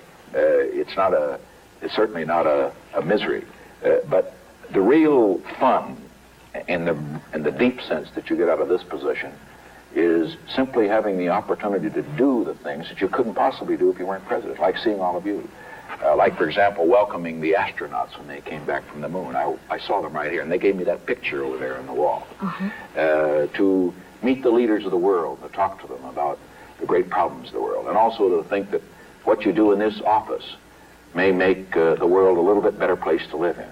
Perhaps create a better chance to have peace in the world and for all people. Now, Clint Howard, what would you like to say to the president? Well, Mr. President, I pay taxes, but I can't vote, and that's taxation without representation. So what can I do to help my country? Well, I think what you're doing now is very effective. Anybody that pays taxes is helping his country because those taxes make it possible to run this government. It makes it possible for you to sit on all that money that you sat on a few moments ago. But I think that young people, and that means people even as young as you are, can do a lot for the country that we never thought was possible when this country was young. Because you know a lot more about the country and you're more interested in it than the young people were when I was your age. You know, we studied, we went to school, we did, I thought, rather well, learning to read and write and all the other things that you learn in school. But at the present time, I would perhaps bet that each of you, in your classes, you study all about government, don't you? Yeah. You study about the political campaigns, you know all about the issues. And insofar as to what you can do for your country, and what you can do is to prepare yourself for that day when you'll be able to vote, so that you can vote more intelligently, so that you'll know what the issues are, so that you can see the whole country and not just think of your own little town or your own state or your own big city if you live in a big city. That's one thing you can do. I think, too, that as young people, you should have in mind in this time in which we live that there's a great deal of emphasis on what is called, you've heard the word environment. Yeah. Well, in California, you know, Southern California, I shouldn't mention this, but, you know, we have a little smog. Yeah. And sometimes the streets aren't very clean and all that sort of thing. And I drove down the beach road the other day, the beaches I used to visit as a child. You know where Huntington Beach is, you know, on the way to San Diego, where that big public beach. And I saw just an enormous number of beer cans and all sort of things on the beach. Well, now, I would think that people that really wanted their cities and towns to be cleaner and to be better, I mean, you could take a personal responsibility to do what you can to see that you individually and your family and your friends, that you didn't do anything that made your neighborhood a less pleasant place for somebody to live in. Yeah. Maureen McCormick, what would you like to ask the president? Well, Mr. President, in 1980, I'll be able to vote. And I was wondering, what do you think the world will be like then? Well, Maureen, I hope it's in better shape than it is now. And I think it will be. I think that in 1980, if I can look forward 10 years, I think first we'll have peace in the world. The war in Vietnam will certainly be over, and I trust that we will have been able to avoid another war, either for us and perhaps for other nations as well. But more than that, there will have been an enormous amount of progress. Take transportation. You came out here in a jet, did you not? Yeah. Took you about 5 hours to come across the country. In 1980, you will go from Washington to Los Angeles in an hour and a half. That's how fast we'll be moving. With the new planes that'll be available then. We'll have more exploration of the heavens, which will perhaps open new worlds to us all to see. We're going to, I hope, stop a little of that smog and make so that we don't have as much in Los Angeles or other great cities. Clean up our water and our air, make our country a more decent place to live in for all of us. We'll have better opportunity for all of our people, whatever their backgrounds may be. These are some of the goals that I think we can achieve. Perhaps the most important thing I should say, though, is this. I'm not going to tell you that by 1980 that I hope that life is going to be easier for you. I don't think that's what really you want. Young people, you know, you stop to think, gee, wouldn't it be great if I had vacation all the time? Wouldn't it be great if I didn't have to work? And the answer is it wouldn't be great at all. You'd like it for a little while, but you will find that what any person needs, a young person or an older person, you need to have something to do. You need to be creating something. You need to be working in something. And sometimes my job is being president. Others have the job, for example, around this White House, of some of them to guard it. Their job and mine, each is important, but the thing is that each individual must be doing something that he knows is important to his community, to his state and his nation. And I just hope that by 1980, that while life will be more pleasant, the air will be cleaner, and the waters will be more pure, and we'll move faster, and all those things will happen, I hope that there will still be a challenge and excitement, so that you think, well, I really have to go out and do my best in order to have the fun out of life that you referred to a moment ago. Darby Hinton. Well, Mr. President, you've always shown great respect for the freedom of the individual. Well, being in the Daniel Boone series, I have to keep my hair long. But in my private life, I'm often criticized as such young men that have to cut their hair and shave their sideburns just to keep their income coming in and would be able to go to school to get an education. It seems funny that George Washington had a long wig and Abraham Lincoln had long hair, sideburns, and even a beard. What's your opinion on it? Well, I suppose I'm supposed to say that that I'm against beards and long hair and all that sort of thing. But I don't say that at all. I think you put your finger on it a moment ago when you referred to some of our great leaders in this country. You know why Lincoln grew that beard? What happened was that when he was running for president, you've seen some of his earlier pictures when he was clean-shaven. And then the later pictures, after he was president, he has a beard. And it happened in the campaign. Somebody wrote him a letter, a woman wrote him a letter and said, look, your face is so thin, you ought to grow a beard. You'd look better. So he grew a beard. Now, people have advised me to do something about my face, too, incidentally. Grow a beard or whatever the case might be. And I think I'd sum it up this way. It isn't really what's on the face that matters, what's behind it. It isn't whether you've got long hair or a beard, it's what's in your heart and what's in your mind.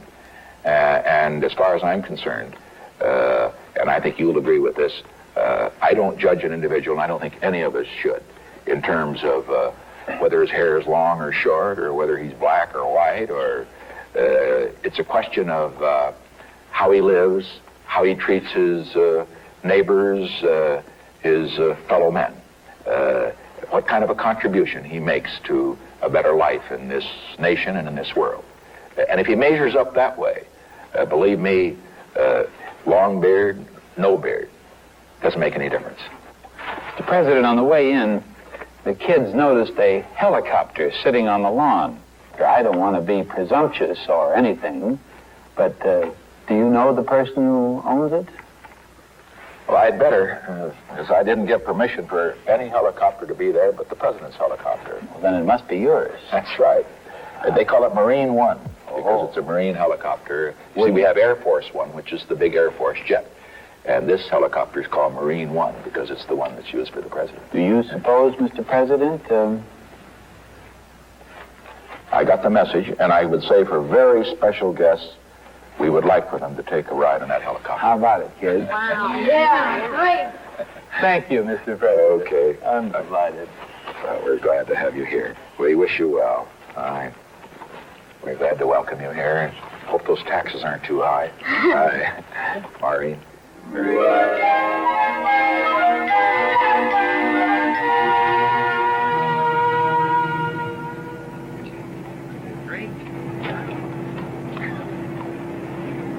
There it is, kids. Marine One, the president's personal helicopter. Hey, wow. And this is the pilot right here. Colonel?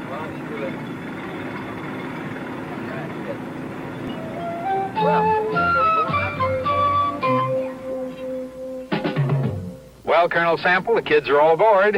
Well, what would you like to see, sir? Oh, I guess a bird's eye view of Washington? No, Mr. Linkletter, a kid's eye view of Washington. A kid's eye view of Washington.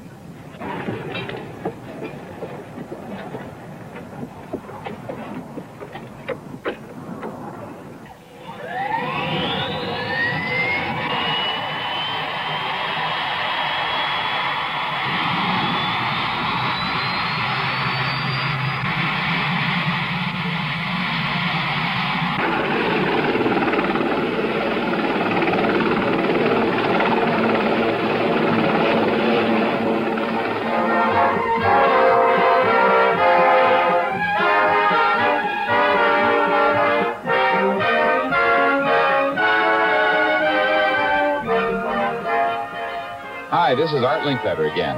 You know, every weekday afternoon, my son Jack and I get together with some very interesting people. Everybody from artists to anthropologists. Join us, won't you, on Life with Linkletter?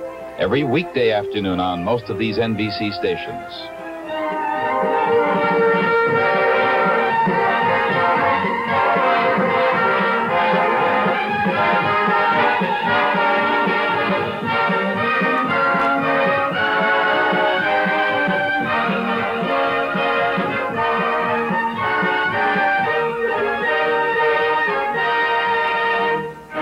So I don't know what to tell IMDb, but it's a real show, okay? It's there it is.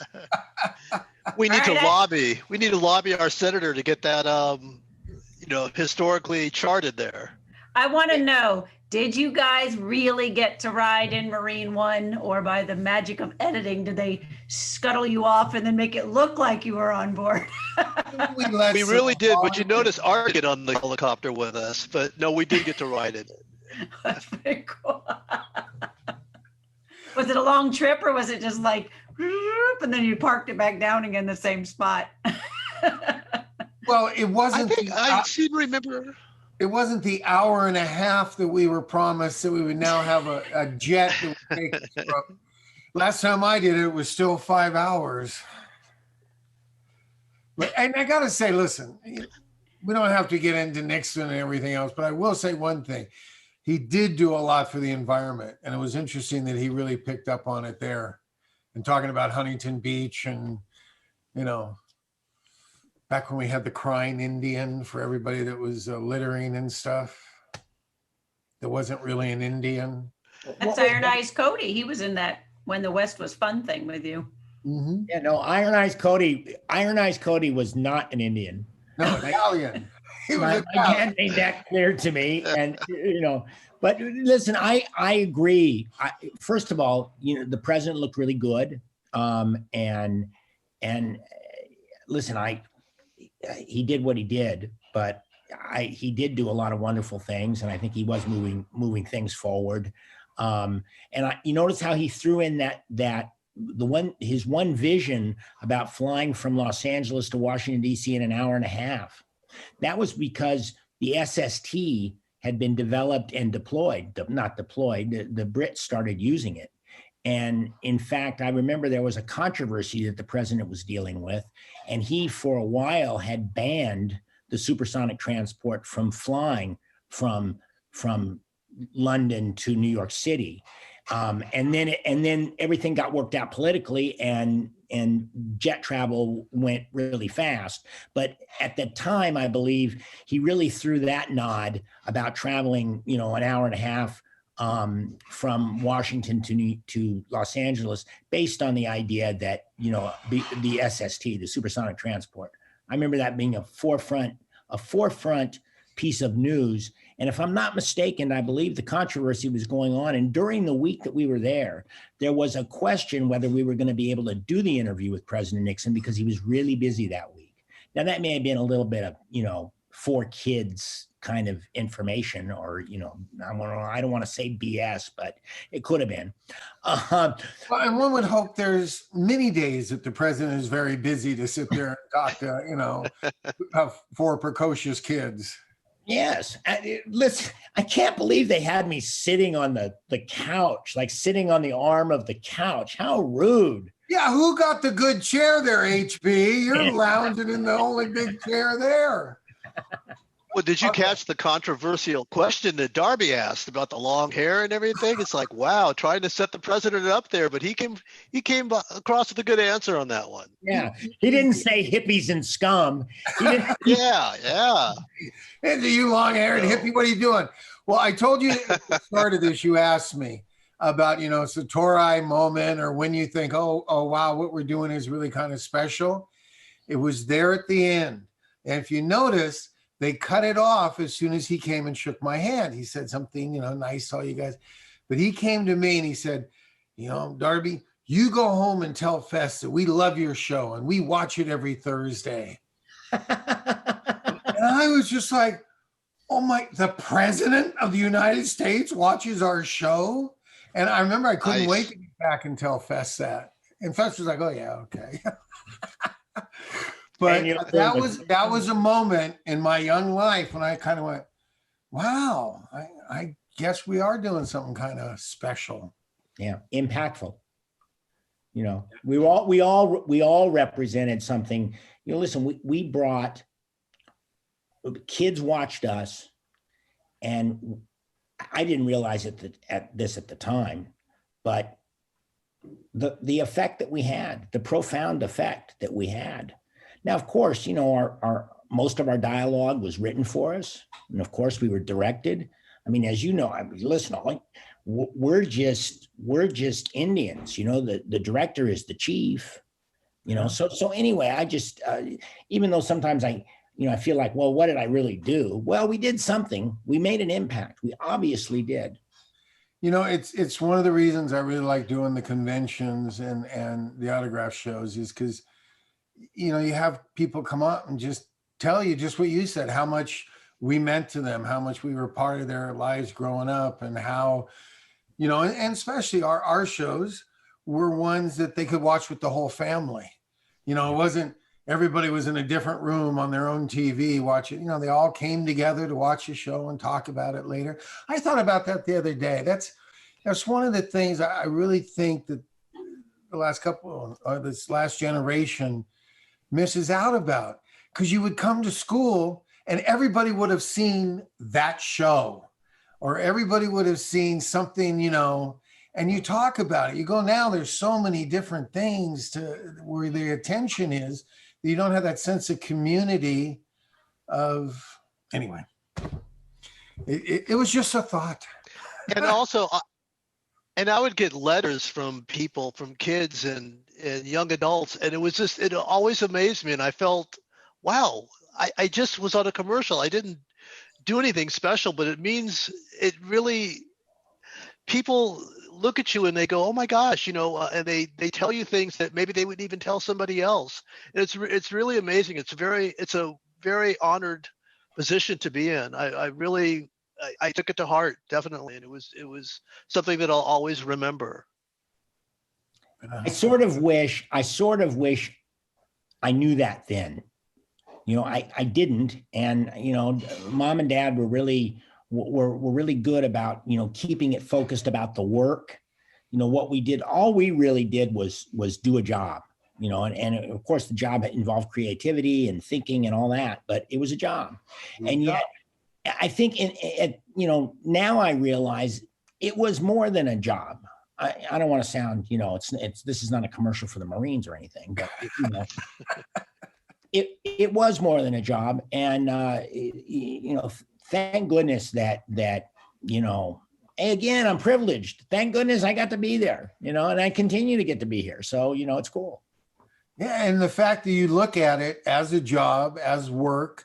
That you were brought up in the family where, you know, that's what you did. You went to work. There was nothing special. You weren't more special than anybody else. You were just doing something else that might be a little special. But, you know, that's why you keep working. And you get the young kids that get it. They get one or two shows and all of a sudden, but like I said, we won't go there. You know, but I also, one thing, Darby, I really appreciate, I too, you know, go to autograph shows and not memorabilia shows, you know, horror conventions because of some of my horror movies. I do a lot of those. And boy, sometimes when I see a grandfather who's younger than I am, you know, bringing his grandson to the table to meet the ice cream man.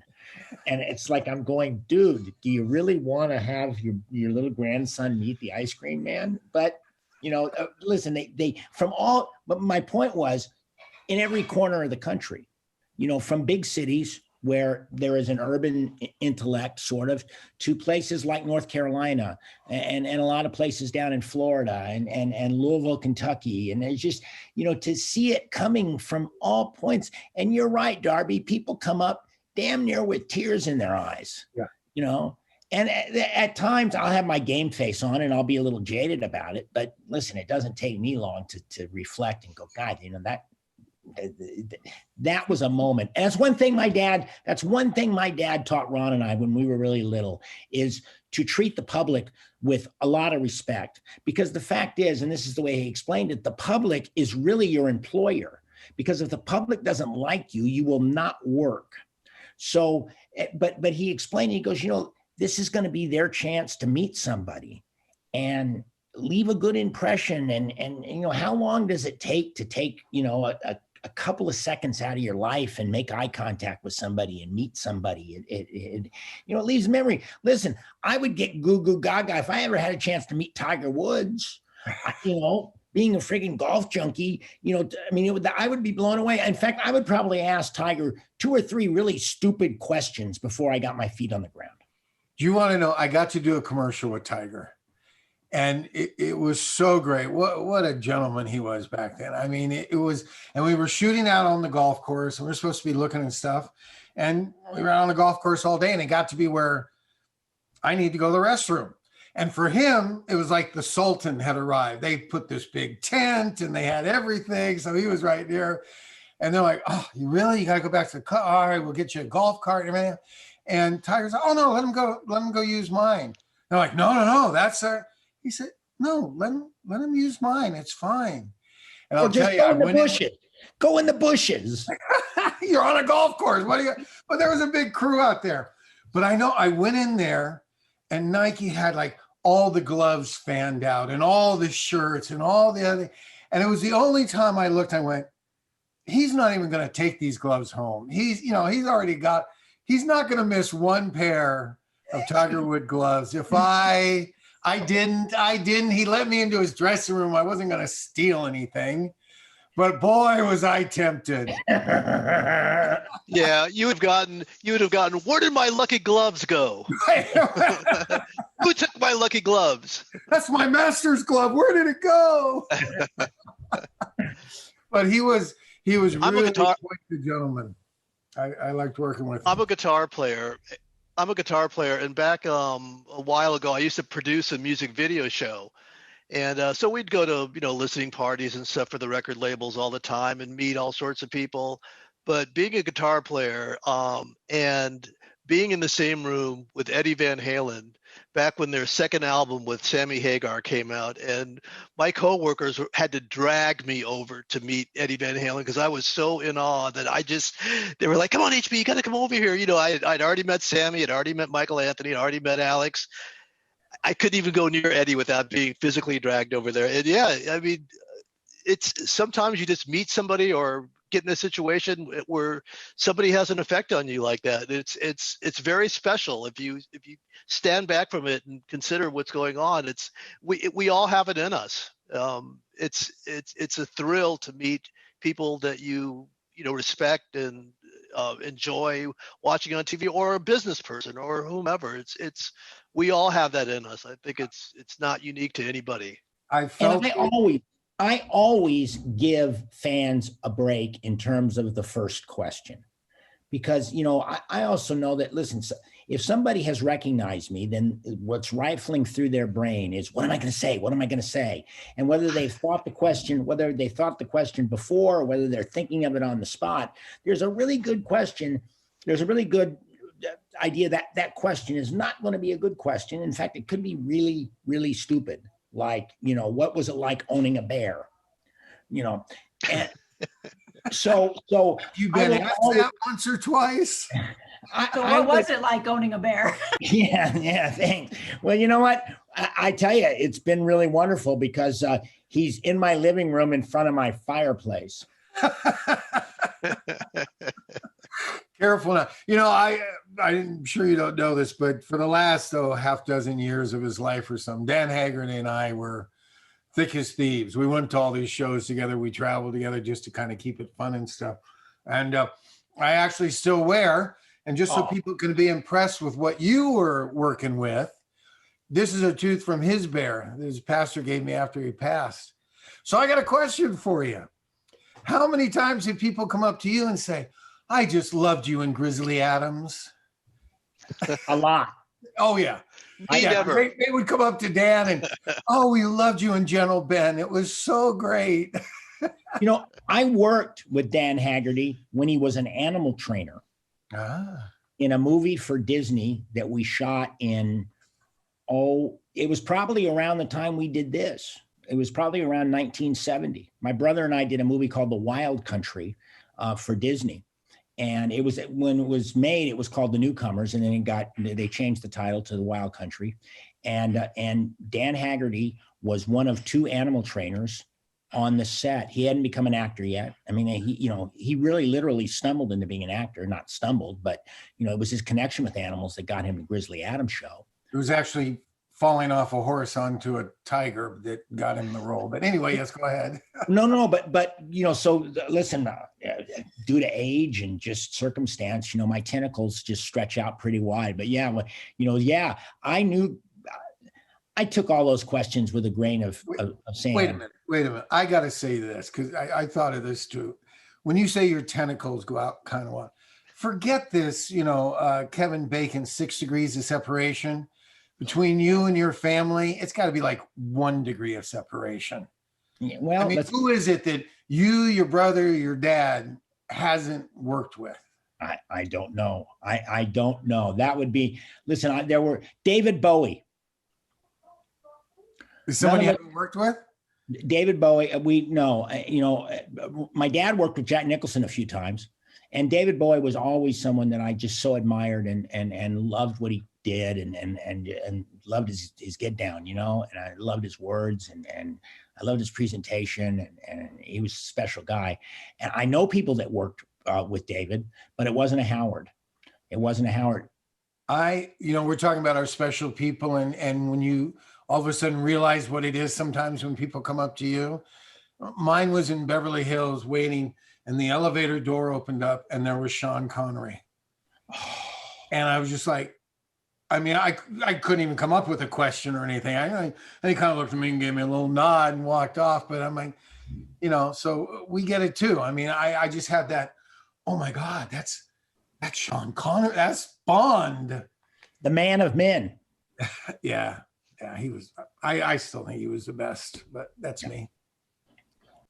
All right, we do have a question for you, Clint. Dominic says, Clint, didn't you have a rock band for a short time in the early 80s? I recall seeing you perform at the Blah Blah Cafe.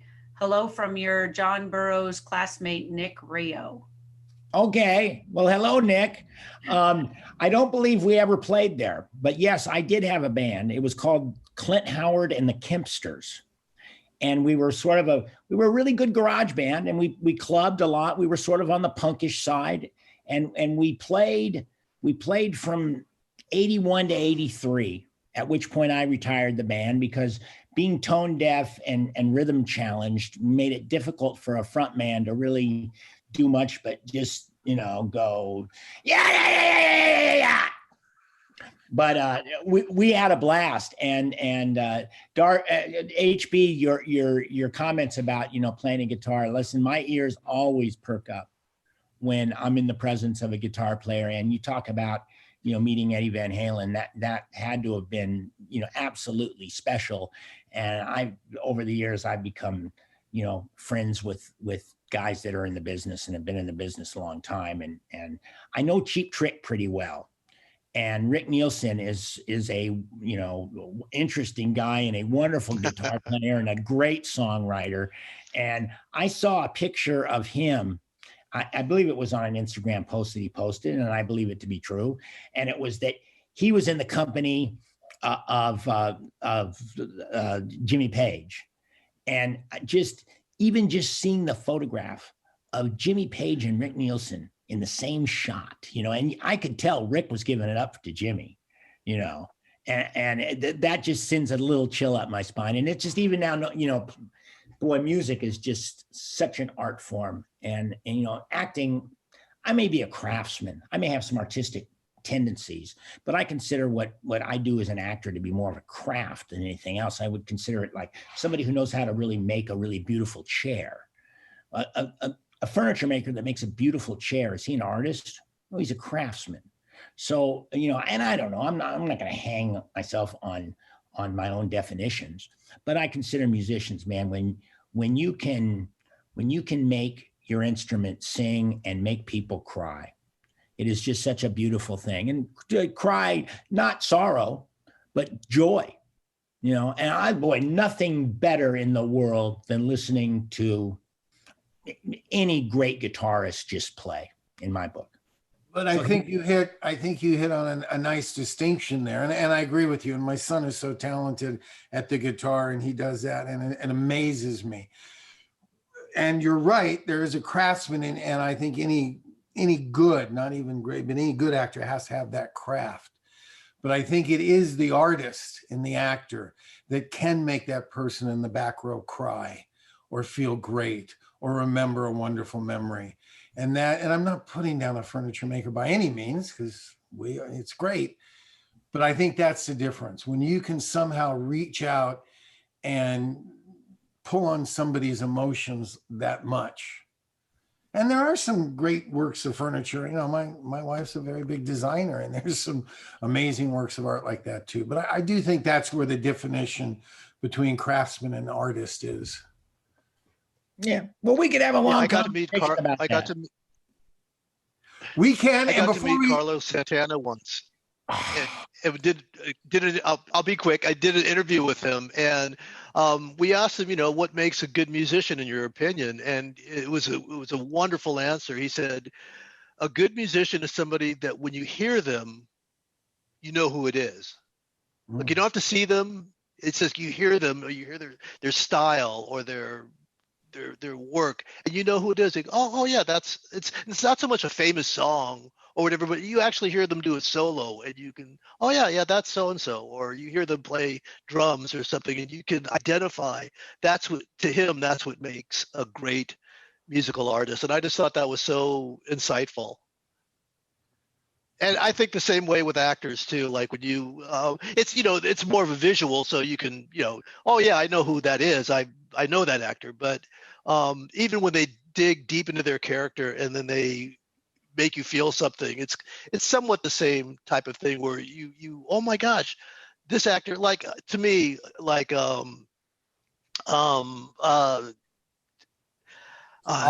the name escapes me. I'll think of it in a second. I'll throw one out there for you. Because yeah, and listen, I'm not putting anything at all down about the John Waynes and the actors that come out and are them, whatever they do.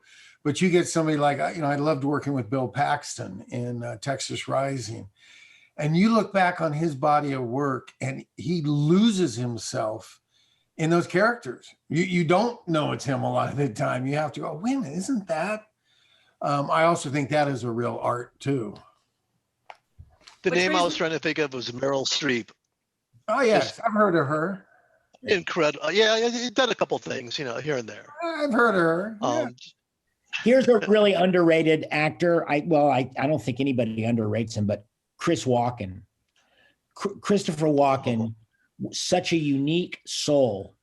And he was, first of all, so interesting and so honest when he would do things. And I know several years ago, I saw him take a turn as a dancer. And I came to find out through, just the shows themselves that he had been a dancer when he was younger.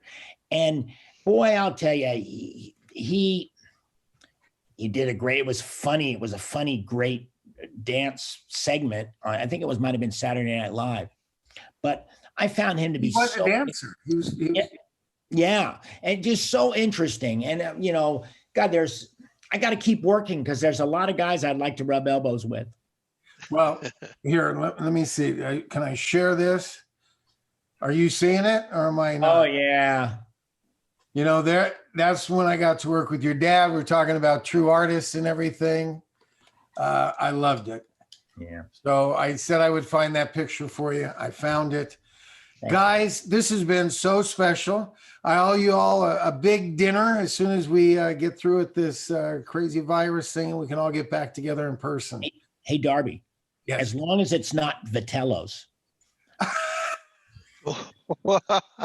Oh, come on. The smell of gunpowder's gone by now. It's okay. Yeah, Robert Blake won't be there. Yeah. Sorry. You put it on a tee for me, Darby. I had to take a swing. You did. Okay. Yeah. Well, thank you, Darby. Thank you very much. And yes, I will. Thank you so much. Kat and I would love to come and hang with you guys. And HB, you too. Only Woodland Hills, for crying out loud. When this all settles down, we need to get together and have like just an us reunion. There you go. That would be awesome. And Darby, thank you so much for finding me. And thank you to Tammy Albertson for digging me up. So that was great. It was great. And I thank all the darlings and the dudes out there for giving us a reason to come together and go down this memory lane, because it sure was fun.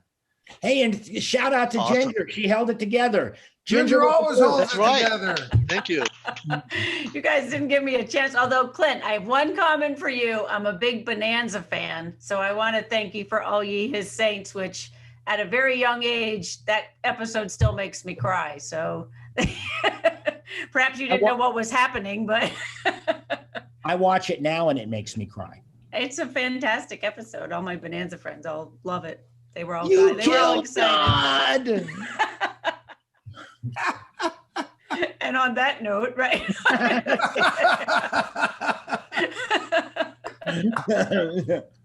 And that's, by the way, that is where Lincoln was shot, right there.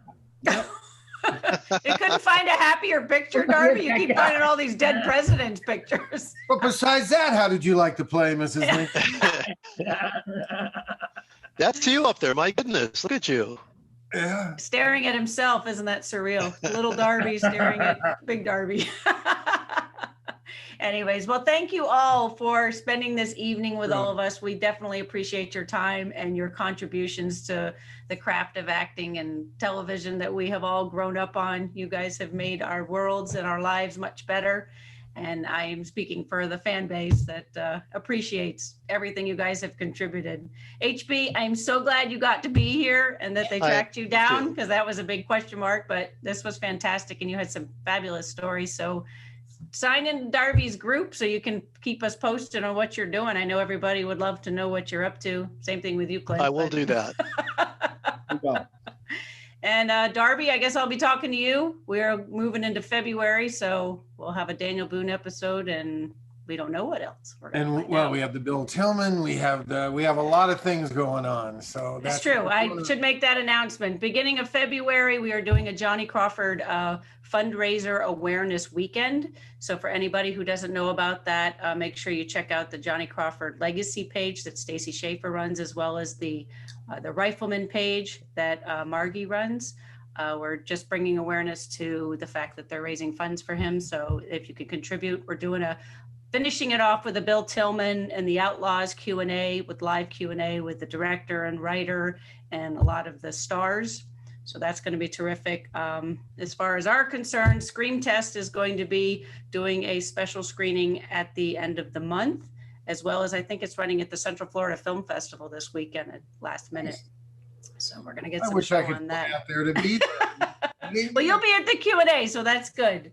Okay. So I think that's all. Oh, I think that's all my announcements. So again, stay tuned. Thank you again to everybody. Guys, thank you so much. I really loved it. It was wonderful. This was a lot of fun. Stay safe, everybody. You guys too. Take care. Bye-bye.